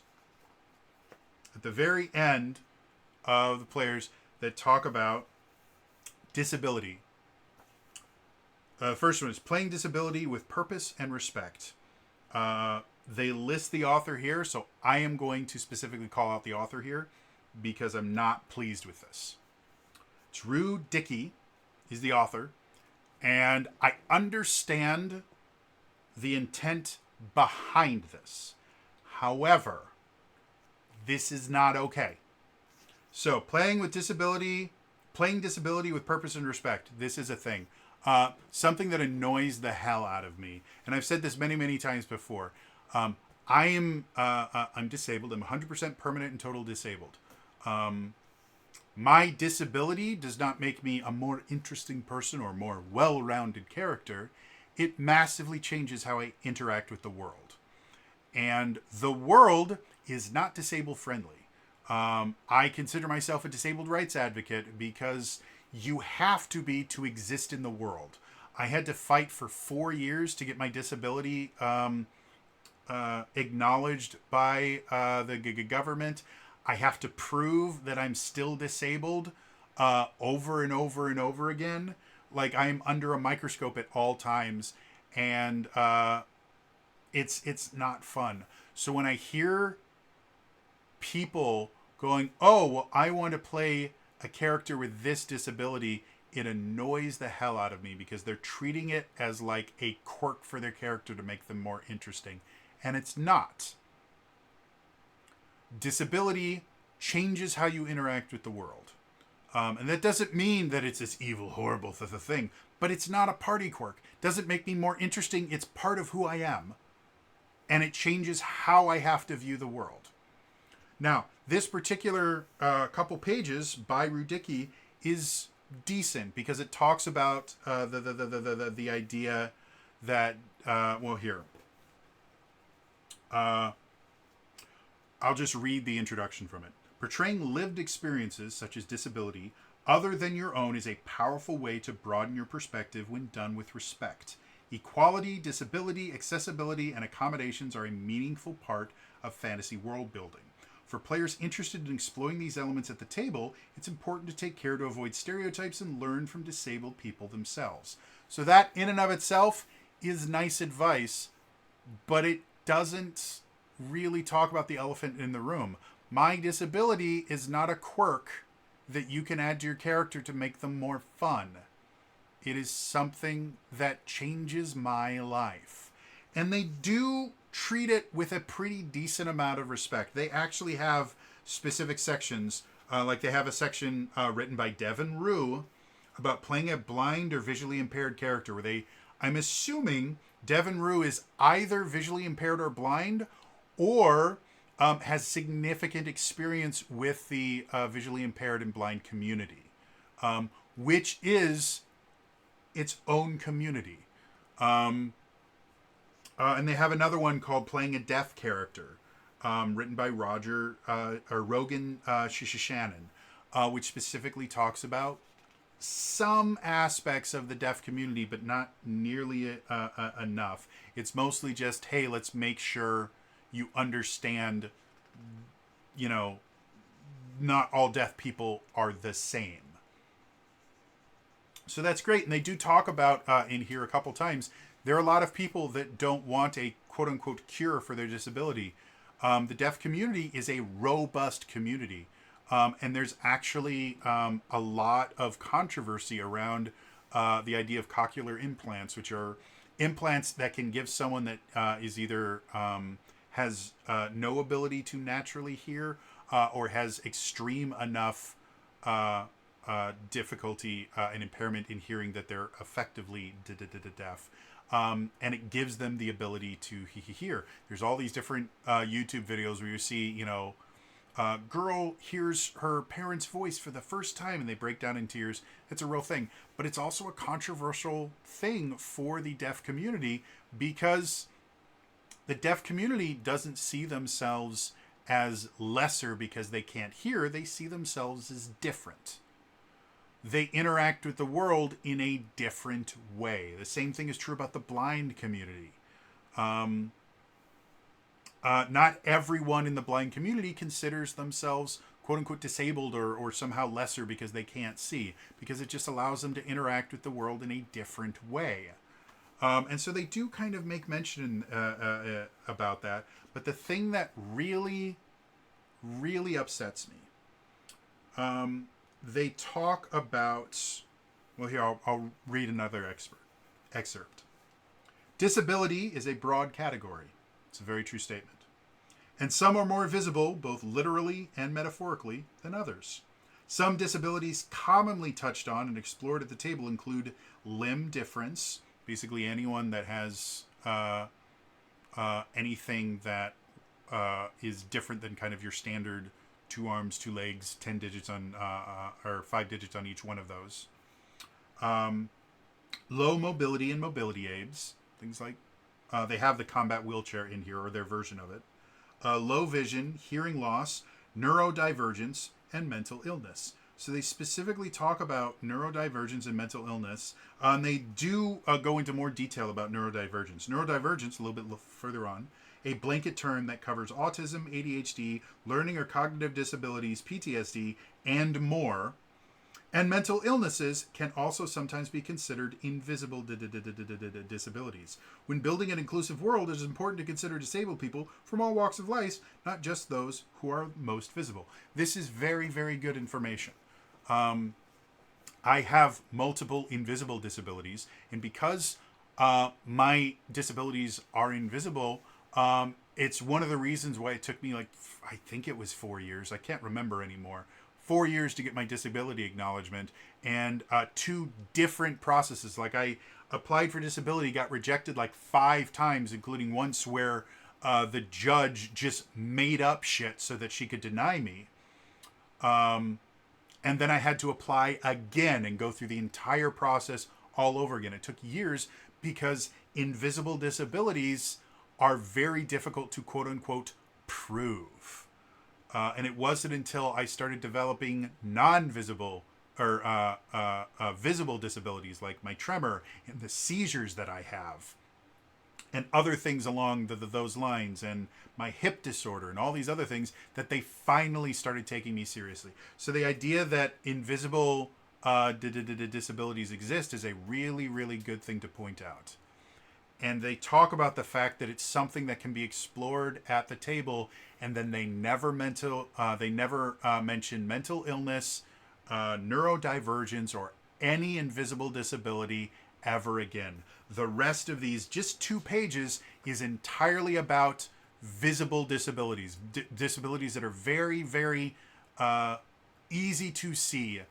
Physical disabilities, vision impairment, audio impairment, or hearing impairment. And that is what upsets me more than anything else in this book. Again, I love this book. I just recommended it to a bunch of people. But this particular aspect, they basically are giving you permission. Hey, give your character mental illnesses, but they never talk about the fact that, hey, by the way, mental illnesses are not party quirks. Autism is not a cool thing that allows you to say stuff differently or allows you to be antisocial. They affect how you interact with the world, and they talk nothing about it, but they give you blanket permission to use it for your characters. And I hate that. My recommendation, I've said this over and over and over again, when I first started running Realms of the Wild for Zelda Universe, I told this to every single person that wanted to talk about the idea of having some sort of disability be a part of their character. Disabilities are not party quirks. Disabilities do not make your character more interesting. They are massive changes to how you interact with the world, and there should never, ever, ever be a mechanical aspect of your disability. And I do like the fact that in here, they don't mention, well, if you're blind, then you have disadvantage on your perception rolls. They never apply a mechanical benefit to any disability. And they do, specifically for blind and deaf characters, they do kind of go into the idea of it just means that you interact with the world differently. But they mention mental illness and then never talk about it again. And so they're basically kind of giving this carte blanche, because they'll sit there as like, for physical disabilities, they have an entire section, mobility aids and things like that. This is how you can treat it respectfully. For people with vision impairment and blindness, this is how you can treat it respectfully. For people with hearing disabilities, this is how you can treat it respectfully.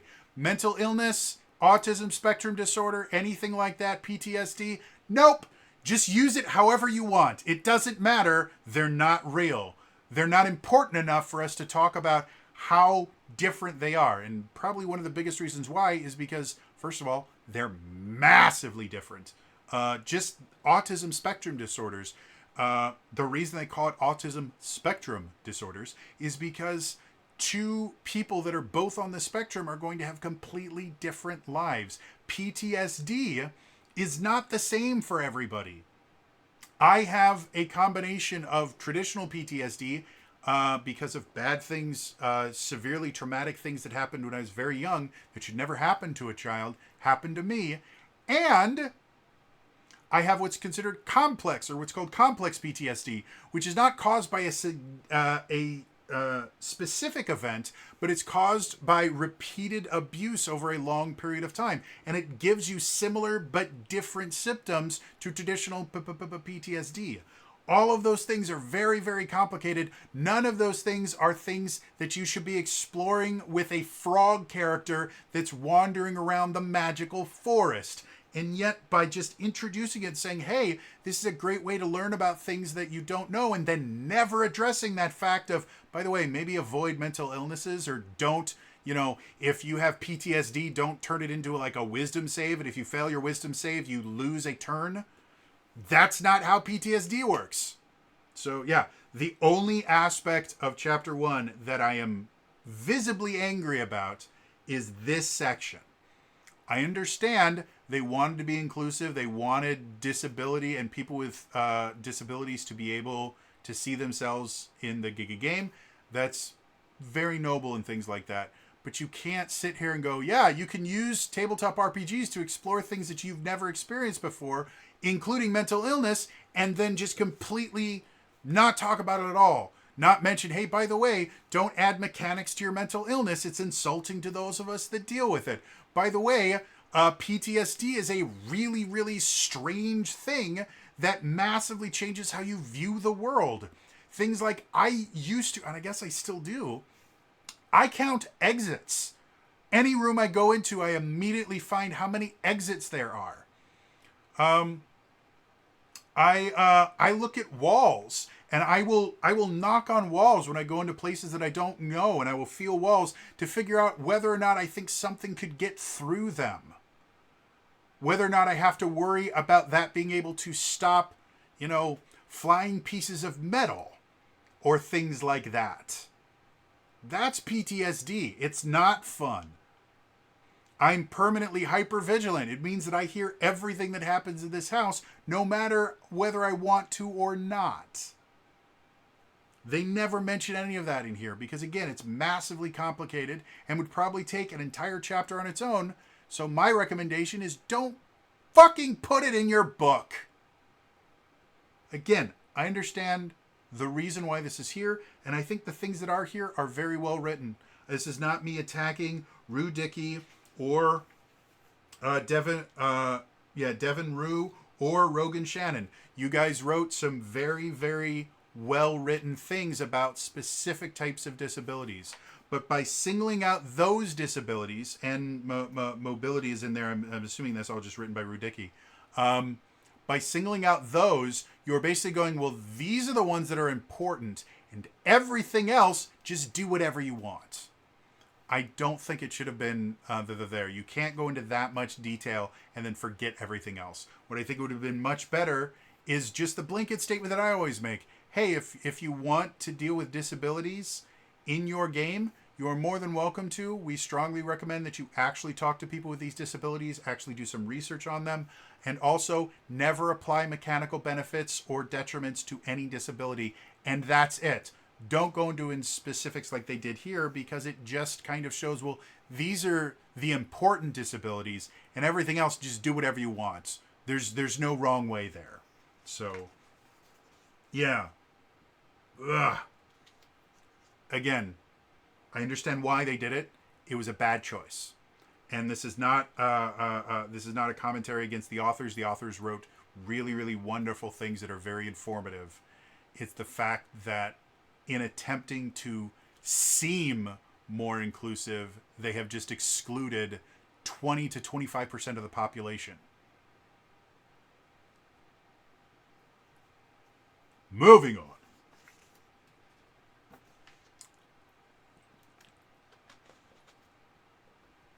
Chapter 2. Playing an Adventure. This is the rules chapter. This should have been chapter 1. Critical Role people, please, for the love of all that is holy, put the rules before character options. Now that I've said that. It starts off with kind of your standard, hey, the flow of the game. This is the thing. GM narrates details, players and GM ask questions, players and GM answer questions, choose and resolve actions, repeat the cycle. It's really simple, really easy. And then they start talking about the core mechanics. And one of the more interesting aspects of the core mechanics is what they refer to as the spotlight. I've never seen this term used in a tabletop RPG before. And I don't think it's particularly well described in a game mechanic aspect here. I had to read through this chapter a couple of times to fully understand what the spotlight is. The spotlight is your turn. That's what the spotlight is. I wish, again, I understand why they call it the spotlight as opposed to this is your turn, because they don't want that much of a structure in the game. This isn't a turn-based thing. It's just the spotlight shifts to various characters. So what the spotlight means is it's your turn and you can do something. That's what the spotlight means. It's your turn. I wish they would just use the word turn in here once. It just means it's your turn. So the spotlight system is unique in the idea that because, again, the reason that they don't use the word turn implies an order and the idea that everybody gets a chance. And the spotlight doesn't technically work that way. The spotlight is basically whoever is doing something at that point has the spotlight and they can do something. After they're done, they may keep the spotlight and do another thing, or the spotlight may shift to another player character, or the spotlight may shift to an adversary or an NPC, but it's designed to be very, very narrative focused. The spotlight goes to whomever is telling the story at that point, or whomever the story is revolving around at that point, and that includes in combat. Technically, there are no rules stating that everybody has to have a turn in combat. They do have an optional tool that they call Spotlight Tracker, that basically gives you a set number of times you can have the spotlight before you have to wait for everybody else. And I think what they have here is they, if you use this system when a battle begins, so this is specifically designed for combat. Every player places action tokens on their character sheet to represent how many actions they can take. Players then act as usual, each time making an action roll or performing a significant action roll in the spotlight. They remove one token from their sheet. Once players have used all their available tokens, players refill their character sheet with the same number of tokens before and they continue playing. And I think, they said in the first paragraph, we recommend that you start with 3, but you can increase or decrease the number as your table prefers. So basically, using this spotlight tracker, everybody has basically 3 actions that they can take before everybody else has to use their actions. You can take all 3 of them one after another. You can kind of spread it out. But that is as concrete as you're going to get in Daggerheart. The spotlight is designed to be fluid and kind of go with however the story goes. There are going to be certain situations, and if you've seen television shows or movies or read books, there are going to be certain situations where certain characters are highlighted. They get the spotlight, and they just do more in that scene. Even action scenes, if you're watching like an ensemble based TV show or movie or something like that, where technically everybody is there, there isn't a main character, there's a group of characters, there's an ensemble. There's still going to be points where you're really only focusing on, even if everyone else is involved in the scene, you're really only focusing on one or two of them because of whatever's going on. So the spotlight system in and of itself is fascinating. This is going to be another stumbling block for people that are more used to a more structured thing. Like if you're coming from Pathfinder or D&D or even Essence to 20, you have initiative and you have rounds and turns. And everybody gets a turn before someone gets to take a second turn. That's how it works. The core mechanics of Daggerheart don't actually have that thing. And depending on your GM and on your players, that can turn into a problem. If you have someone that is not quite as adept at understanding when to step back and when to step forward, which does happen at D&D tables and TTRPG tables all the time. I had it happen when I ran games for conventions and when I ran games at friendly local game stores, when I ran home games. There are some people that tend to be kind of spotlight hogs. And in most game systems, there are rules in place that prevent them from taking the spotlight all the time, specifically in combat, but other things. And it generally takes a decent GM to kind of deal with it when there aren't those safeguards. Like during role-playing, there are certain people that just always want to be involved in the role-playing. And there are certain people that are just a little bit more quiet. And so a good GM kind of learns how to tactfully discourage some people who've been over role-playing and bring in the people that are kind of under represented in that particular scene. But it takes a little bit of time to learn the finer points of that. Because of the core mechanic here, that's an essential part of being a GM here. Is you have to understand how to go, okay, this person hasn't talked in a while, let's find a way to shift the spotlight to them without making it feel like, hey, you haven't done anything in a long time, say something. Because that is a really fantastic way to make people that are more introverted not want to play with you anymore. But you can find natural ways to do it. Like one of my favorite ways to do it is as a player is doing something, when it gets to the point where it's like, well, someone hasn't really interacted, I will simply kind of narrate what that character is seeing. Like if you have a character that's trying to, common D&D problem, trying to open a door. And so the barbarian kind of goes up to, like, I'm going to break this door down. And they try and smash it, and they fail their roll, and then the rogue goes, I can get this, and they try to pick it, and that. When you have this one, like, cleric sitting over here doing literally nothing, sometimes what I will do is I will just go, oh, cleric, you just watched this very large man, one of the largest men that you know, kind of go and just walk into this door and get bounced off it. And then you've watched your other friend that you've seen pick tons of locks before just completely failed. How does that make you feel? What is your character thinking about that? Those simple things, like starting by getting to their perspective and kind of bringing them back into the narration without going, hey, you haven't done anything in a long time. What are you doing? What are you doing? That's something that you just learn by doing. So, like I said, the spotlight mechanic, very, very interesting, but it will be a stumbling block for some players and GMs. And then they talk about the duality dice. This is the other kind of major aspect, and the duality dice is just so much more well described in here because they describe it in game terms. Duality dice, you have two, are they D10s or D12s? Yeah, they're two D12s.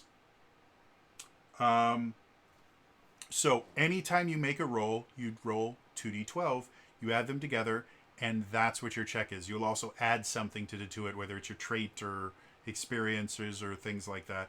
But you roll two of them, and then you see if you beat it. However, you need to be able to differentiate the two dice, because one is going to be your hope die, and one is going to be your fear die.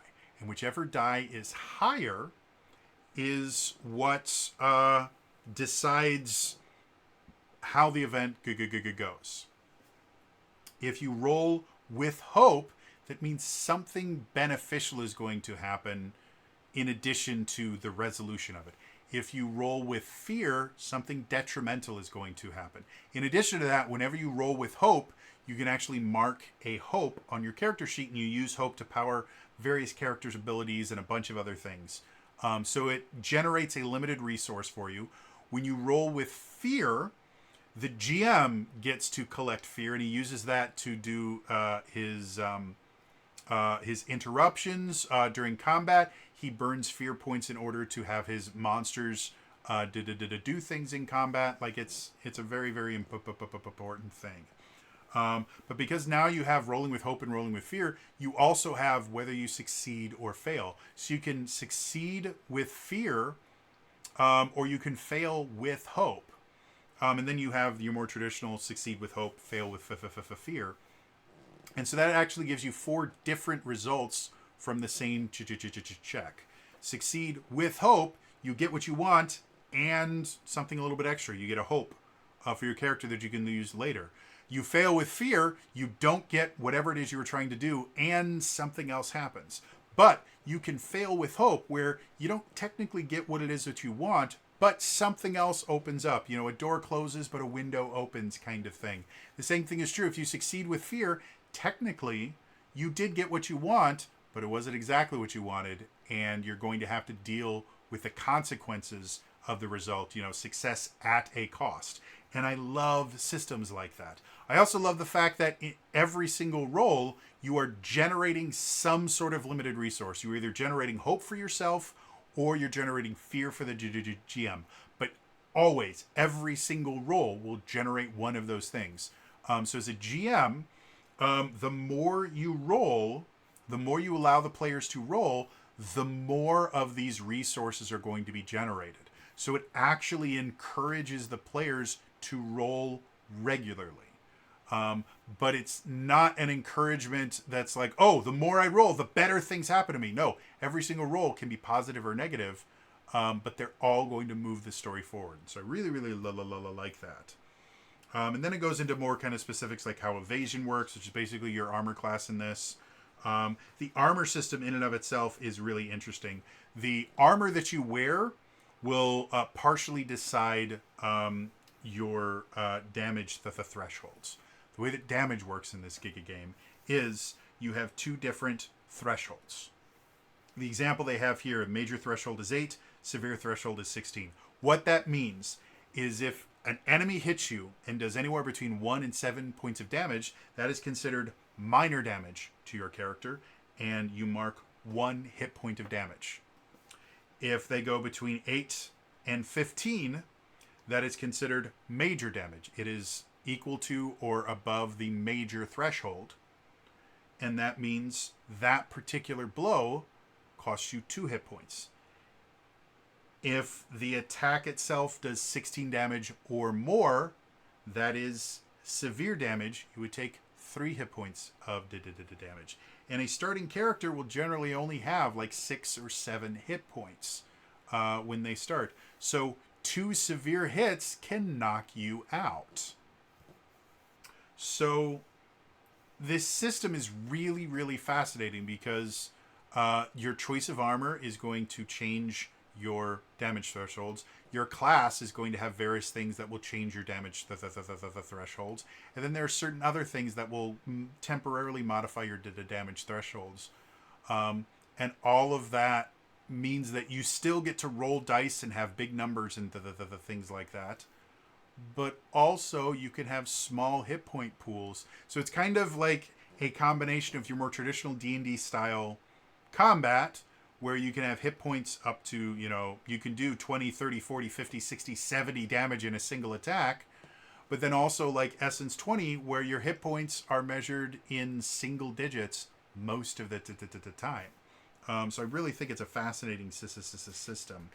And again, it allows for a lot of modification, a lot of ways to customize it. Maybe your particular character, you focus on having a very, very high severe damage threshold. So you're only taking 3 points when people hit you really, really, really, really hard. But you don't really care about your minor or major damage threshold. So that is significantly easier. Or maybe your major damage threshold is very, very high, but your severe damage threshold is lower. So that a lot of the time you're getting just one or one hit point of damage, and there's only like 5 or 6 points where you're actually going to take 2, and then it goes up to 3. So it's a fascinating system in and of itself. Then they also have the stress system. Effectively, stress is your other limited resource. Quite a few of the abilities that you use will have you marking stress in order to use them. There are certain attacks and things like that will cause you to mark stress. You have a limited number of stress. It's kind of a secondary hit point bar. And if you ever have something that happens that requires you to mark a stress and you don't have any more stress left, you mark a hit point instead. So that in and of itself is an interesting thing, and I like the fact that you have an additional limited resource that you can use to power various abilities, and stress and hit points are recovered in different ways. So again, depending on how you build your character, you can have a very stress-based character where they're constantly gaining and losing stress, or you can have a character that really doesn't use their stress a ton, but is really kind of geared themselves to control their hit point loss and things very, very carefully. Or even a character that uses their stress as a way to avoid taking hit point damage and things like that. So yeah, and then it actually talks about how rolls work and the things like that. They give examples of action rolls and stuff like that, which is nice. They talk about group action rolls, which is useful to a point. The other, one of the other things I really love, they have a thing called a tag team roll. You can only do it once per session, but basically it's an attack. Or it doesn't have to be attack, but basically you decide, hey, I want to team up with this person so that we both can do this is something cool. You both roll, and whoever rolls higher, that's the roll that you take. And then if it's an attack roll, both of you roll damage, and you add it together to do things. But tag teams in and of themselves just really allows you to come up with some interesting ideas. And you can only instigate a tag team roll once per session, but you can be involved in multiple tag team rolls. But it requires you have to burn, I think it's 3 hope in order to do it. But Yeah, it's just again, it's a thing that encourages teamwork and encourages knowing what the other player characters can do. Because if you decide to do a tag team with someone and the specific thing that you're doing a tag team on, they're just not good at all, well, you've kind of wasted your tag team. So you do need to understand how the rest of the party kind of works. So yeah, and then they just, and it's more mechanics, reaction rolls, and they talk about domain cards and things like that. Another interesting thing about domains, as you get higher and higher, you can only ever have 5 active domain cards. And you will eventually get to a point where you have more domain cards than you have available active slots. So you do get to kind of like make a little deck, a little hand of your cards, and there'll be certain situations where you just kind of have to switch abilities, and they have mechanics for how that works in that. So that's another thing that I find kind of interesting. It's another reason why the card aspect of it is kind of essential, because keeping track of which abilities are active or not on just a sheet is a lot more difficult than just having the cards available to you. They talk about the conditions. Again, there's only 3 conditions in the entire game: hidden, restrained, vulnerable. That's it. I'm not a fan of systems that don't have a lot of conditions, because more conditions gives the GM more ability to kind of react to different situations with stuff that's built into this as a system, and it gives the players more interesting choices in what they can do. If you only have 3 conditions, and one of them is a purely beneficial condition, hidden is one of the conditions, you can't inflict hidden on an enemy. You can only inflict restrained or vulnerable. It limits the tactical abilities of the players. It's not the worst thing in the world. I just wish they had more than just that. And they do have what they call temporary conditions and special conditions, which are not one of those 3 things. So you can kind of invent your own condition. I kind of prefer to have a list of conditions. And they talk about, gold and stuff. They talk about downtime. Downtime's another thing that I find really fascinating. There are short and long rests, which anyone that's played most TTRPGs should be familiar. Short rests an hour, long rests roughly 8 hours. But what happens when you take a rest is you can do downtime moves, is what they call them. And short rests have different ones than long rests. Like short rest, one of your downtime moves is called Tend to Wound. Describe how you hastily patch yourself up, then clear a number of hit points equal to 1d4 plus your tier. You can do this to an ally instead. So that's how you recover hit points, is you use the Tend to Wounds. Long Rest has Tend to All Wounds. Describe how you patch yourself up, then clear all hit points. You can do this to an ally instead. So there's 4 different choices, or technically there's 5 different choices for Long Rest. And you get to choose 2 of them anytime you take a short or a long rest. You can only take a maximum of 3 short rests before you have to take a long rest. So this, compared to something like D&D, where resting is very kind of mechanical, on D&D Beyond, rest is a button. You just click short rest or long rest, and it's an automatic thing. This actually requires you to actively participate in your rests. What do I want to do with my rest? I can tend to wounds, I can clear stress, I can repair my armor, or I can prepare on a short rest or long rest. And preparing basically lets you just bank 2 hope with another or bank a hope, or if you do it with another character, you both get to bank 2 hope. So just generate a limited resource. And then long rest, the same thing, or you can work on a project, which is the generic, hey, something that can't happen in a single session, but you want to work towards something. So I like the fact that resting is an active participation, and then instead of a static, I click a button, now I am rested. So it's kind of cool. And then they have a section on additional rules, just stuff like, unlike most TTRPGs, they don't deal with decimals. But instead of rolling down like D&D, they roll up in this. They talk about how simultaneous and stacking effects works. Other kind of just useful things to understand. And then they have a section on player best practices, basically just teaching you how to be a good TTRPG player. Then they talk about how leveling up works, which I'm not going to go into super specifics, but effectively Your level ups, you have kind of generic bonuses that you get when you level up. And then in addition to that, you also get to choose a new ability. So your generic stuff is going to be things like, you know, increase one of your traits by 1 point, or permanently gain a hit point, permanently gain a stress spot, things like that. And then in addition to your kind of stats going up, you also get to choose a new domain ability. So leveling up, again, can feel a little bit kind of formulaic, because unlike D&D, where your stat bonuses and things like that are just kind of passive things that go up, and then when you level up, depending on the class that you are, you'll make actual choices and stuff like that. This is more of, well, you know, pick which aspect of your character you want to just level up, and then also pick an ability. So, like I said, it's interesting. It's cool. Yeah. They talk about domain cards. They have an entire example of a level up, which I really like. They do this over and over and over again, where they basically tell you, okay, this is how it works, and then here's an actual written example so you can see the entire process. It's very useful. Then we get to the equipment section, and this is another section that just kind of annoys me. And I mentioned it in my Lorehounds recommendation part. But the thing about the equipment is they don't, like, they explain the mechanics of the equipment. Like, every single piece of equipment has a name, has a trait, range, damage, damage type, burden, which is basically how many hands it uses. And then some of them have features as well. That's super cool, super interesting. When we get to the actual weapons, and then armor, they explain how armor works, the mechanics of it.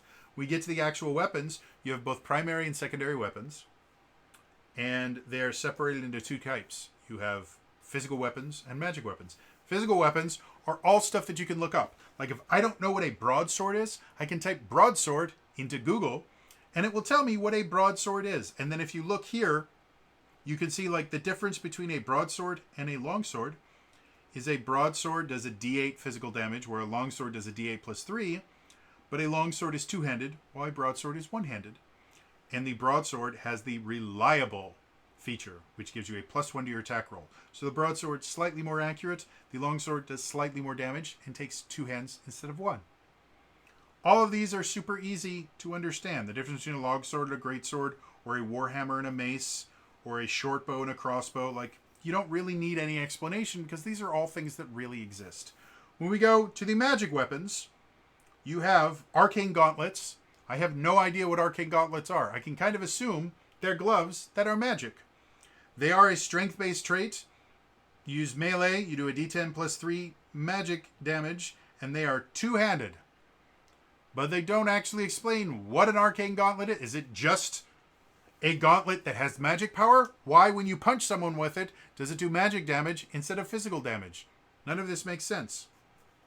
Hollowed axe. Again, no idea what makes it a hollowed axe other than it does magic damage. And that's basically what the magic weapons are. Is they're just like, well, there's two different kinds of damage. There's physical damage and magic damage. So we just made magic damage versions. But then they have things like hand runes. Hand runes uses instinct as the trait that you roll with it for your attack rolls. It has a very close range, which is effectively a reach weapon. Does a d10 of magic damage, and it is one-handed. What the hell are hand runes? Like, the word hand runes are runes that are on your hand. How do you attack with them? Do you take the runes off and you throw them, but they're floppy because they're just, runes, so they can only go a short distance? Do you punch people with the runes on your hand and there's little explosions that happen because of them? Are you casting short-range spells, like water whips or something like that? None of that is explained, and it annoys the hell out of me, because these are interesting ideas. Like, what's the difference between a short staff, a dual staff, and a great staff? I don't fucking know, because they don't explain any of it in here. And that just annoys me so much, because they did the same thing in the playtest, and I just assumed, oh, it's the playtest. They just wanted us to get the mechanics. But that's all this is. This isn't an equipment list. This is a mechanics list. And anything else, if they introduce something new, they would explain what it is. Like even Dungeons and Dragons will explain the difference with some of the more exotic weapons. Like a widow's knife, they'll tell you what it is, at least. So yeah, that annoys me. Doesn't mean that I haven't started thinking about cool characters that I can make and the different weapons they can do. And then they have different tiers of weapons, and as they get to higher tiers, they get more cool stuff that they can do, and they do more damage and stuff like that. And one thing that I do enjoy that they do put in here is they do basically actually explain how to make your own weapons and things like that. I have to find out where they do it. Do I have it here? Primary, secondary?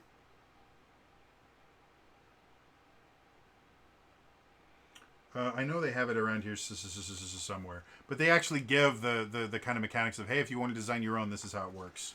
I can't remember if they specifically do it for weapons and armor, but they have other stuff. Like, they're really, really good actually explaining how this stuff works. As opposed to something like, again, Essence 20. I love Essence 20, but we didn't understand how to make our own threats until Finster's Monstermatic. So it was years before we understood the actual math behind it, and they don't hide it here. So I like that. Then they have a loot section, which is just your generic magic items type stuff. Things like a great stone. Great stone. You can attach this stone to a weapon that doesn't already have a feature. The weapon gains the following feature: powerful. On a successful attack, roll an additional damage die and discard the lowest result. So they have stuff to modify weapons and do other stuff. Like they have homing compasses and infinite bag. Guess what that is? They even have relics that just give you bonuses to certain stats as long as you hold them. So those, again, they're cool. They have a consumable section for your various potions and other the things that have limited uses. And at the very end of this chapter, they have the full example of play, which is basically just a written out or transcribed session. And this is another thing that I absolutely adore. There's been a few different games that I've seen doing this, and it's absolutely wonderful. Because reading through this book, it can get very, very dry, and certain things are not. Again, Spotlight is very poorly explained in here because they try to do everything they can to not use the word turn. And if they just said, it's your turn, it would have made perfect sense. So having this full example of play is absolutely wonderful because you actually get to see how things work. You can actually see, okay, this is what the GM is doing, and they describe the roles and everything like that. It's a really, really useful tool. I think really every TTRPG should have something like that in there somewhere. Yeah. Moving on. We're definitely breaking the 3-hour mark, guys. Sorry. Chapter 3. Running an Adventure. It's the GM section. There's a lot of really good stuff in here. And again, gorgeous artwork over and over and over and over and over again. They talk about GM principles. Basically, this is kind of what you should be focusing on as a GM. And the principles that they have in here are: begin and end with the fiction, collaborate at all times, especially during conflict, fill the world with life, wonder, and danger, ask questions and incorporate the answers, make every role important, play to find out what happens, and hold on gently.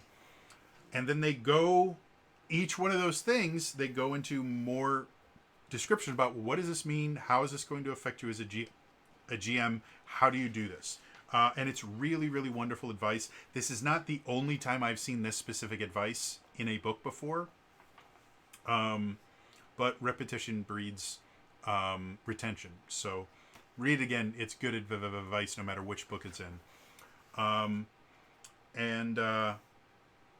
Then they go in, like, again, that's your principles. And then they have best practices, which is another just huge list of tips and descriptions of things that you can do things. Then they have a section, pitfalls to avoid.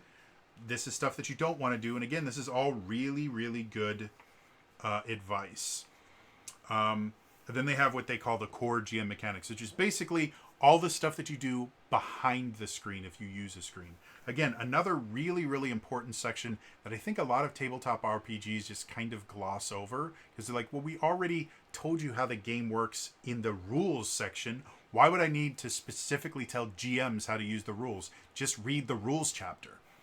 This goes a little bit more specifically into stuff the players don't need to know. It's not really valuable for the players, but it is incredibly valuable for the GM themselves.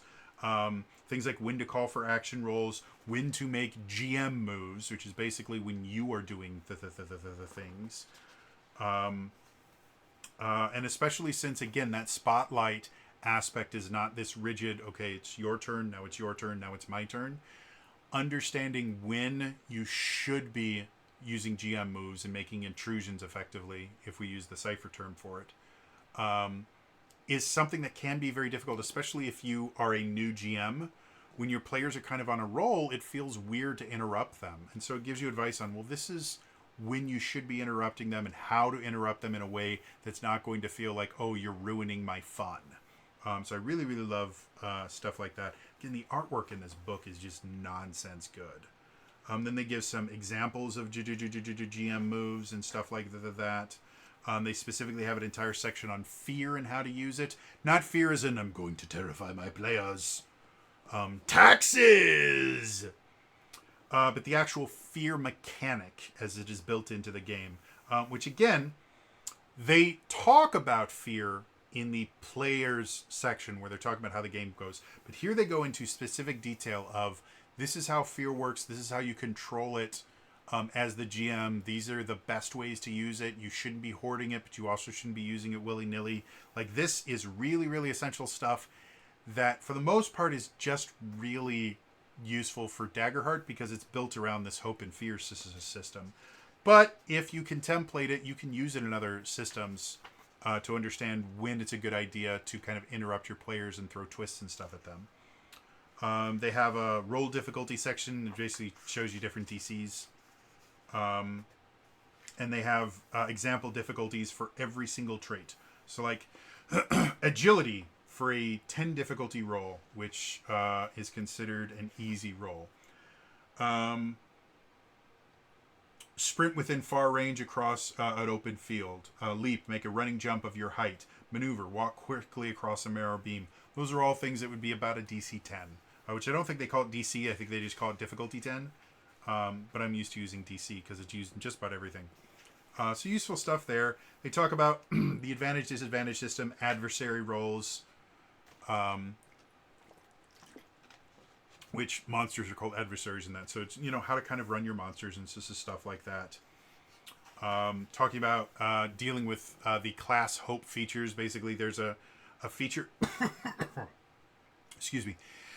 There's a feature in every class that requires them to spend hope to do it. And it's a defining feature of the class. And so they call that the class hope feature.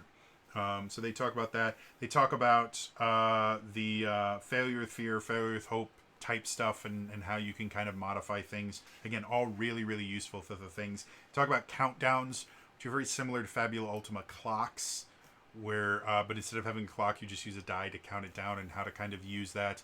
I'm a huge fan of clocks or countdowns or whatever you want to call them because it does add dynamics to the game, especially when you do it in front of the players. When the players can watch the countdown or the clock or whatever getting bigger or smaller, it creates tension. It creates excitement with them. So that's cool stuff. Then they have like gold equipment loot, how to kind of dole out stuff, how to run NPCs and things like that, which is really, really nice. And again, just gorgeous artwork. And then some optional GM mechanics. Talking about things like conflict between PCs, basically PvP stuff. Underwater combat if you wanted to deal with that. Falling and collision damage. Just stuff like that you can have in your system. You can ignore it, whatever.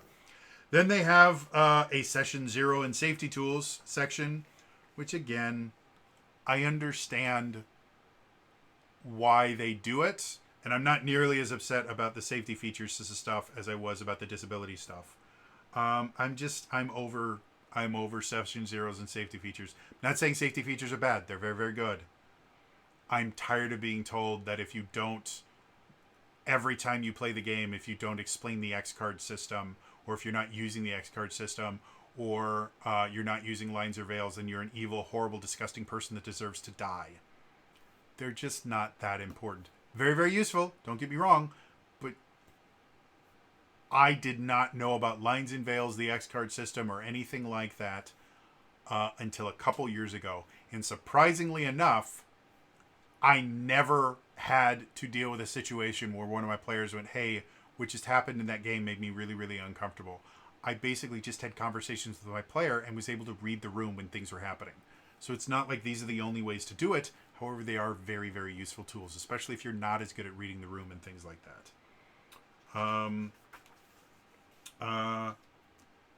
Then they go, and this is where we start getting into the more kind of writer-focused stuff. The running a session section, the first thing they talk about is thinking in beats.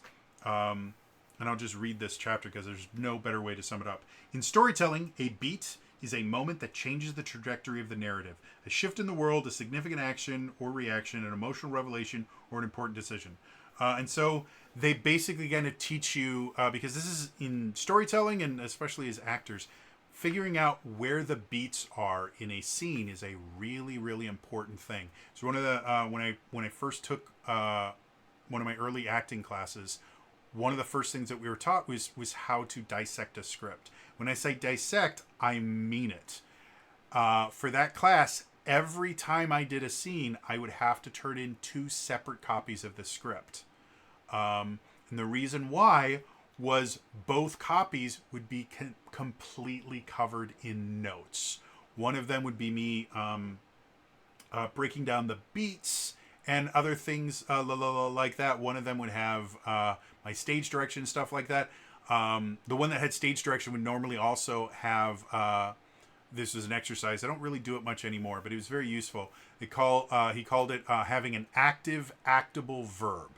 Basically, every line I had to add a verb, or I had to have a verb attached to that line, an active, actable verb that followed the phrase, I want to blank. The reason I'm saying this particular line is I want to do this. That's why I'm saying this line.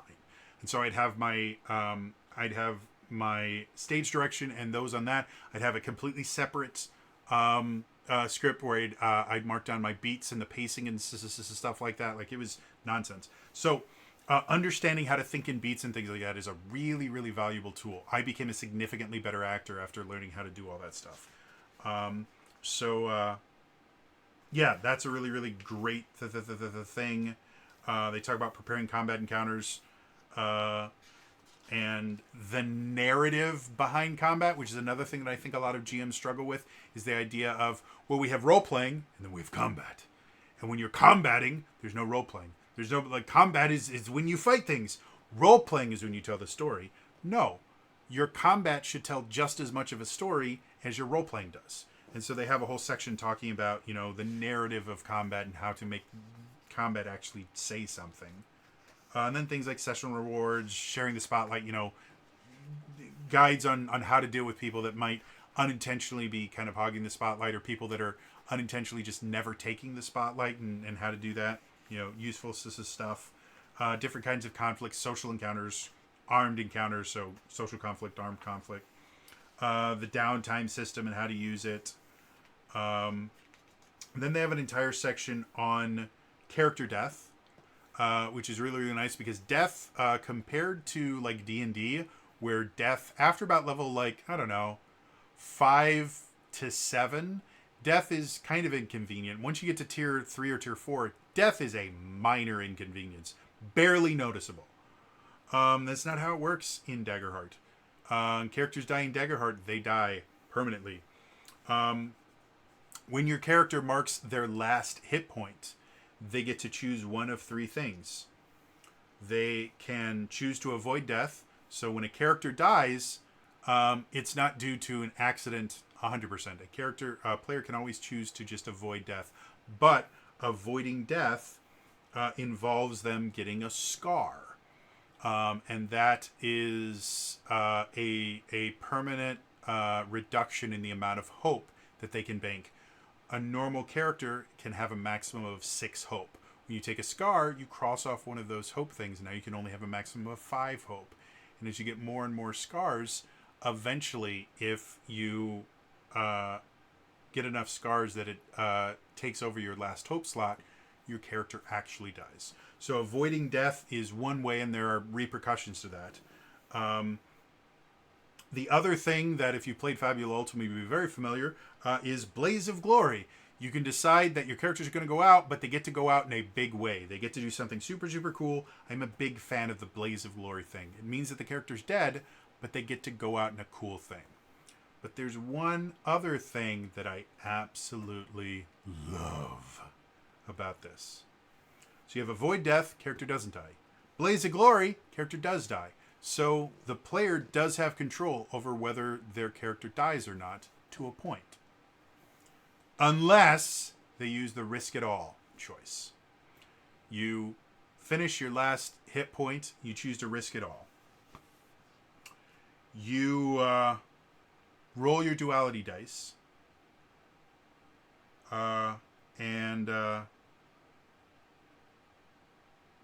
What basically happens is, if you roll with hope, your character lives. And if you roll with fear, your character is dead. No Blaze of Glory. They're just gone. And if you get a crit, which critting in this is you roll doubles on your fate dice. You get a crit, you get you basically just resurrect and are in a perfect shape. So there, this risk it all is your standard gambling thing. You know, if I avoid death, the character doesn't die, but they're out for the rest of the scene, and there's penalties. If I Blaze of Glory, the character's dead and they're gone, but I get to do one cool thing. Risk it all, you can actually come back in combat and keep fighting and keep doing things, but there's also a chance that you're just dead. You don't get the Blaze of Glory. You don't get to do something really cool. Your character's just gone. And I love that aspect of it.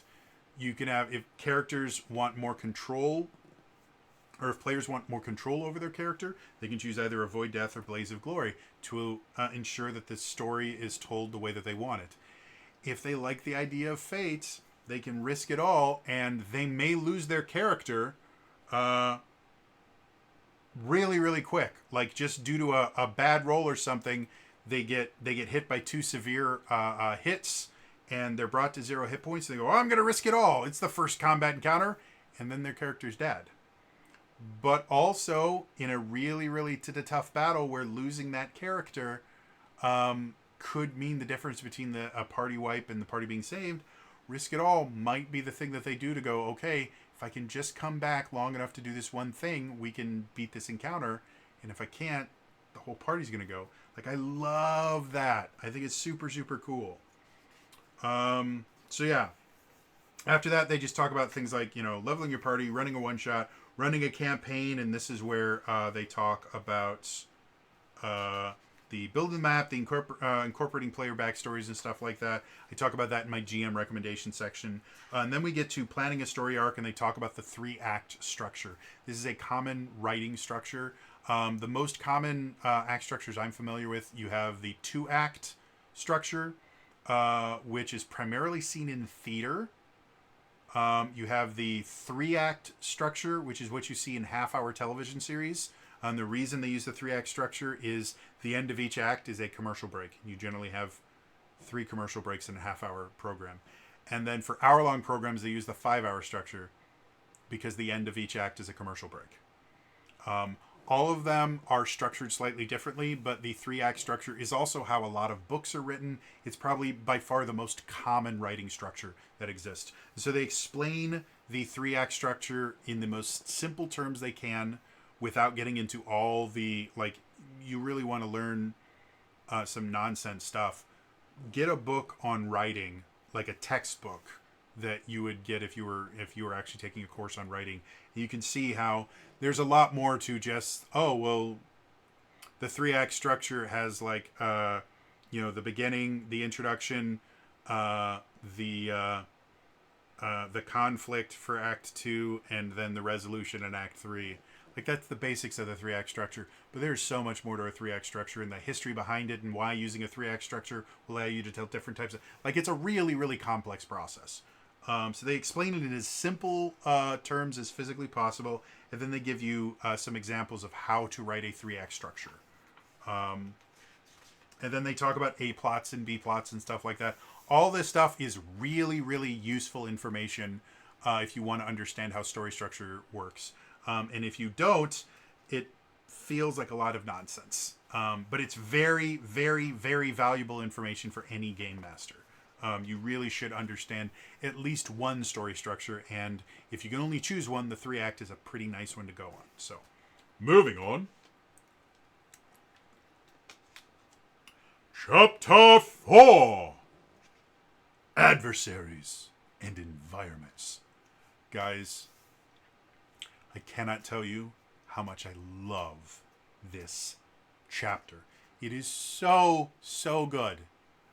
For a number of reasons. First things first, they explain not just how to read an adversary stat block, they explain how to build adversaries.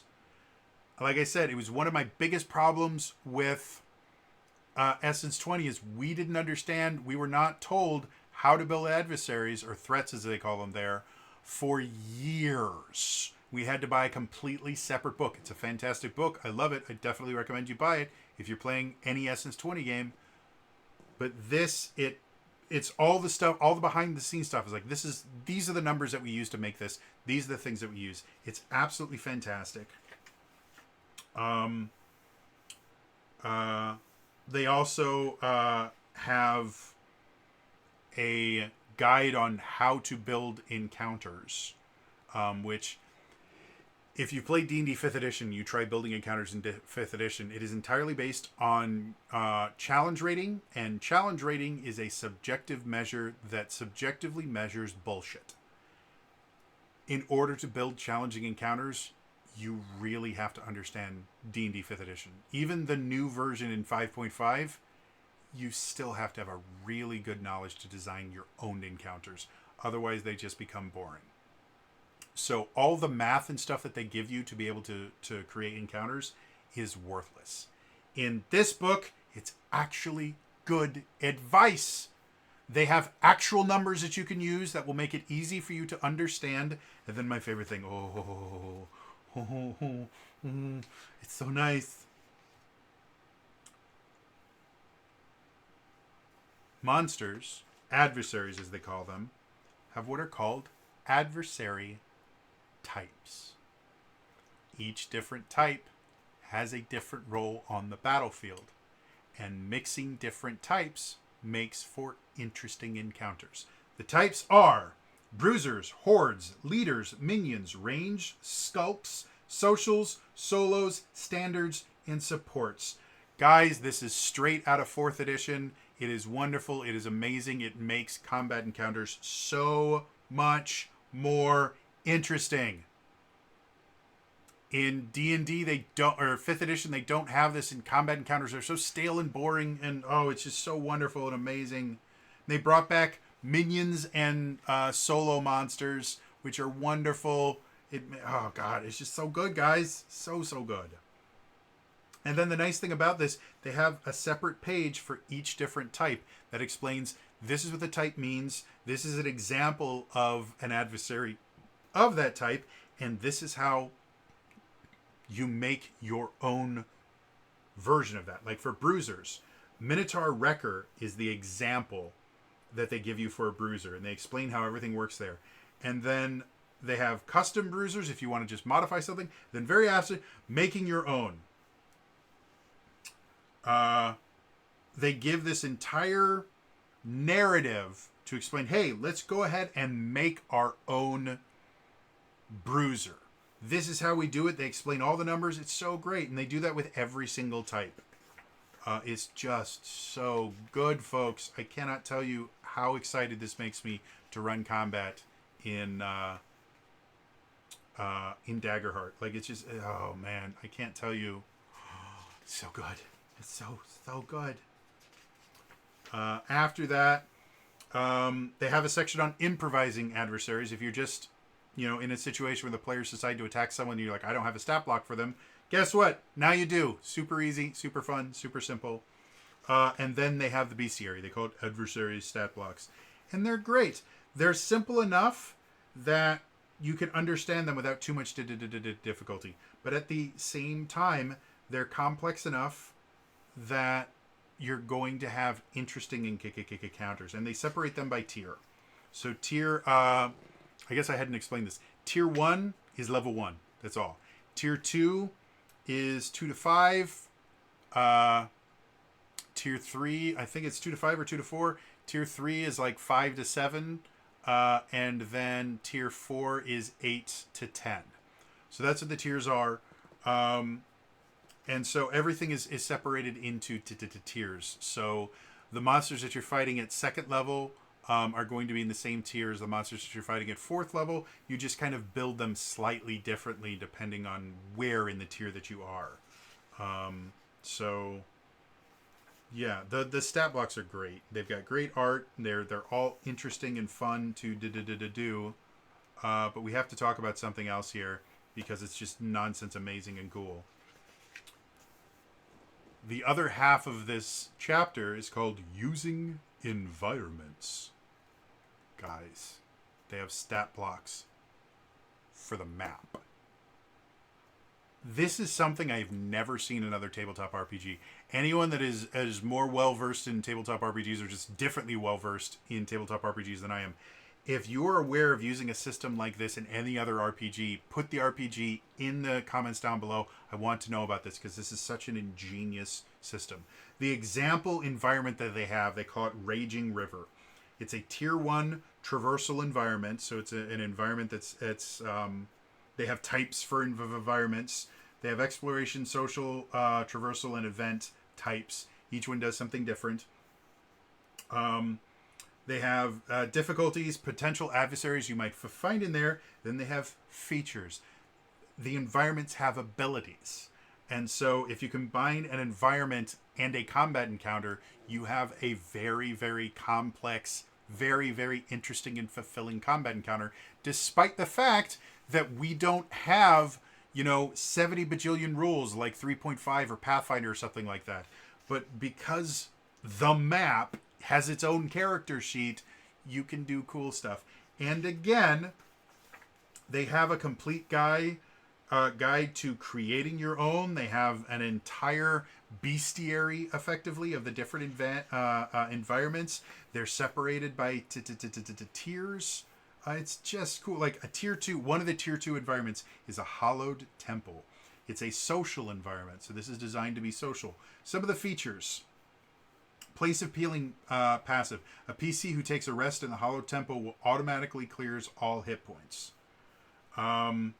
Relentless hope reaction. Once per scene, each PC can mark a stress to turn a result with fear into a result with hope. So when you are in the hallowed temple, there's additional things you can do because of the environment. Like, that is such an interesting thing. And again, it's not just for combat. It's for social encounters and exploration encounters, like all of these things. It just makes the situations that much more elaborate, that much more interesting, and gets the players that much more things that they can do. So, yeah, just love it so much. Moving on. Chapter 5. Campaign Frames. This is another section that I just absolutely adore. There are, how many are there? Total number of campaign frames. Let's see. 1, 2, 3, 4, 5. There's a total of 6 campaign frames. And again, campaign frames are effectively kind of mini campaign settings. These are so lovely and so interesting. And again, they start off, the first thing they do is a campaign frame breakdown. Step 1, pitch the campaign. 2, provide foundation. 3, guide their characters. 4, build the map. 5, run a session 0. And they really love their session 0s. 6, begin the adventure. This is how you use campaign frames. However, when you get to your campaign frames, they start off with a pitch, like I mentioned in the I mentioned this in the Lorehounds section, the campaign frames. I think I might have, or no, I mentioned it in the GM recommendation section. So they have the pitch, which is basically your elevator pitch for it. Then they have an overview, which gives you a history and all the lore that you need to know for the section. Then they have a section called Communities and Ancestries. Basically, this is how the generic stuff fits into this campaign. Like for the Witherwild, the communities, the Lowborn and Highborn in Fanewick, won't go into too many details. Knowledge is the most valuable commodity, and those who have expertise have the most power. This economy of information functions primarily through gifting and trading, and wisdom would be considered acceptable collateral for a weapon or a warm meal. As such, lowborn community members are the wealthiest in Fanewick and might be a smaller, distinct group of hunters, historians, or artisans within the larger Viva village. And then it goes on from there. So each one of these campaign frames, they go, by the way, we showed you the default. This is how you modify the default to work in this particular campaign. And again, if you understand the idea of templating, which is basically looking at something and kind of breaking out the specifics to kind of look at the overall meat of it so that you can use it on yourself, this is a perfect guide to, hey, this is how you template making your own campaign settings and things like that. They do it for communities, ancestries, and classes. Not every single campaign frame is going to have modifications to things. But like, again, the Witherwild, again, is that Princess Mononoke, Nausicaa in the Valley of the Wind style adventure. So for the classes, Druids, Rangers, and Sorcerers. Druids, Rangers, and Sorcerers are commonly found throughout Fanewick. If players choose one of these classes, they should consider how their character's connection to the natural world might be impacted by the Witherwild. But they also have specifics for the Vengeance Guardian. Many Wicklings who seek revenge on Haven or to expel them from Fanewick become Vengeance Guardians. If players choose this subclass, they should consider what ideals or institution their character protects. So as you can see, it does go, hey, by the way, this particular subclass is going to fit in this particular way. So I love stuff like that. Then they have player principles and GM principles, basically the stuff that your characters would kind of be dealing with. Distinctions, things that make this particular campaign frame feel different from the rest of them. And then they have a section called the Inciting Incident, which is basically your story hook if you wanted to run a campaign in the Witherwild. Here's a story hook for you. And then a lot of them will have specific campaign mechanics. For the Witherwild, they have a corruption mechanic from the Witherwild. So they have a whole section on that. Each different campaign frame has their own thing, has that for each different campaign frame. I'm speaking like a moron right now, but it's very, very cool. And I absolutely love everything about it. And not every single campaign frame has absolutely everything. Like the 5 Banners Burning does not have, or no, it does have campaign mechanics. It's entirely based on reputation. Which, again, it's inspired by Song of Ice and Fire. Enough said. So yeah, I absolutely adore the campaign frames. They're wonderful. They're amazing. The artwork is cool. There's so much lore packed into these little packages. It's just amazing, and it makes me so excited about playing in this. Like each one of them gets me excited. So yeah, that's about it. I can't talk too much more about it without spoiling absolutely everything about these, but they're super, super cool.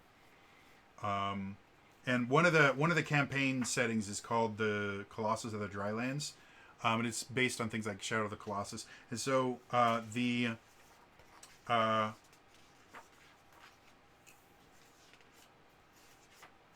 Drylands or whatever it's called. Give me a second here. Campaign mechanics are in motherboard right now. I get it. Give me the next one. There we go.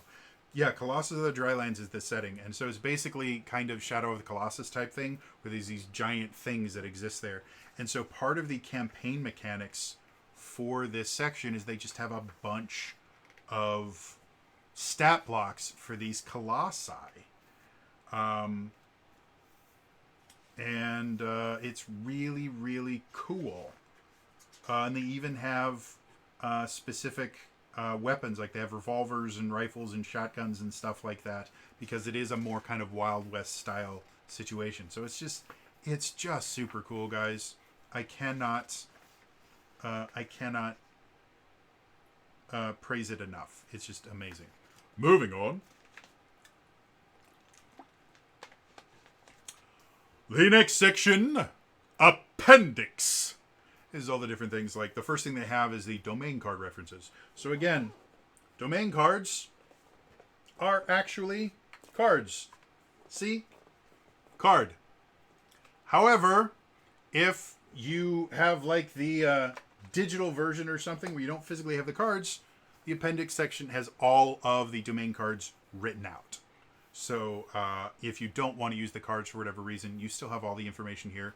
You can use this just like that. It's basically kind of like the magic section in the PHB where you just list all the spells. This is all the abilities broken down by the various domains. So simple, easy to understand. It lists every single domain card in the game currently. And then after that, you have your kind of generic character sheets. You have your character sheet sidecar. This is another thing that I really love about it. The sidecar is basically the page is divided in half, and what you do is you put it underneath your sheet. And the left side stuff, basically it's a tooltip. It's really cool that way. And a multi-class sheet. They have a bunch of different things.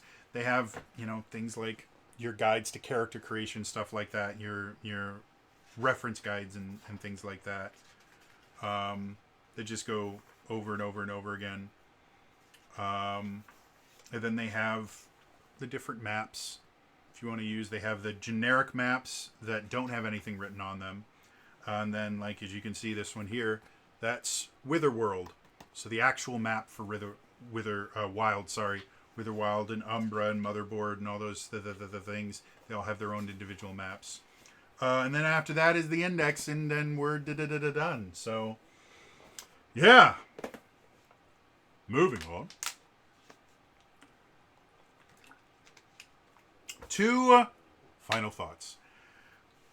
There is so much about Daggerheart I absolutely adore.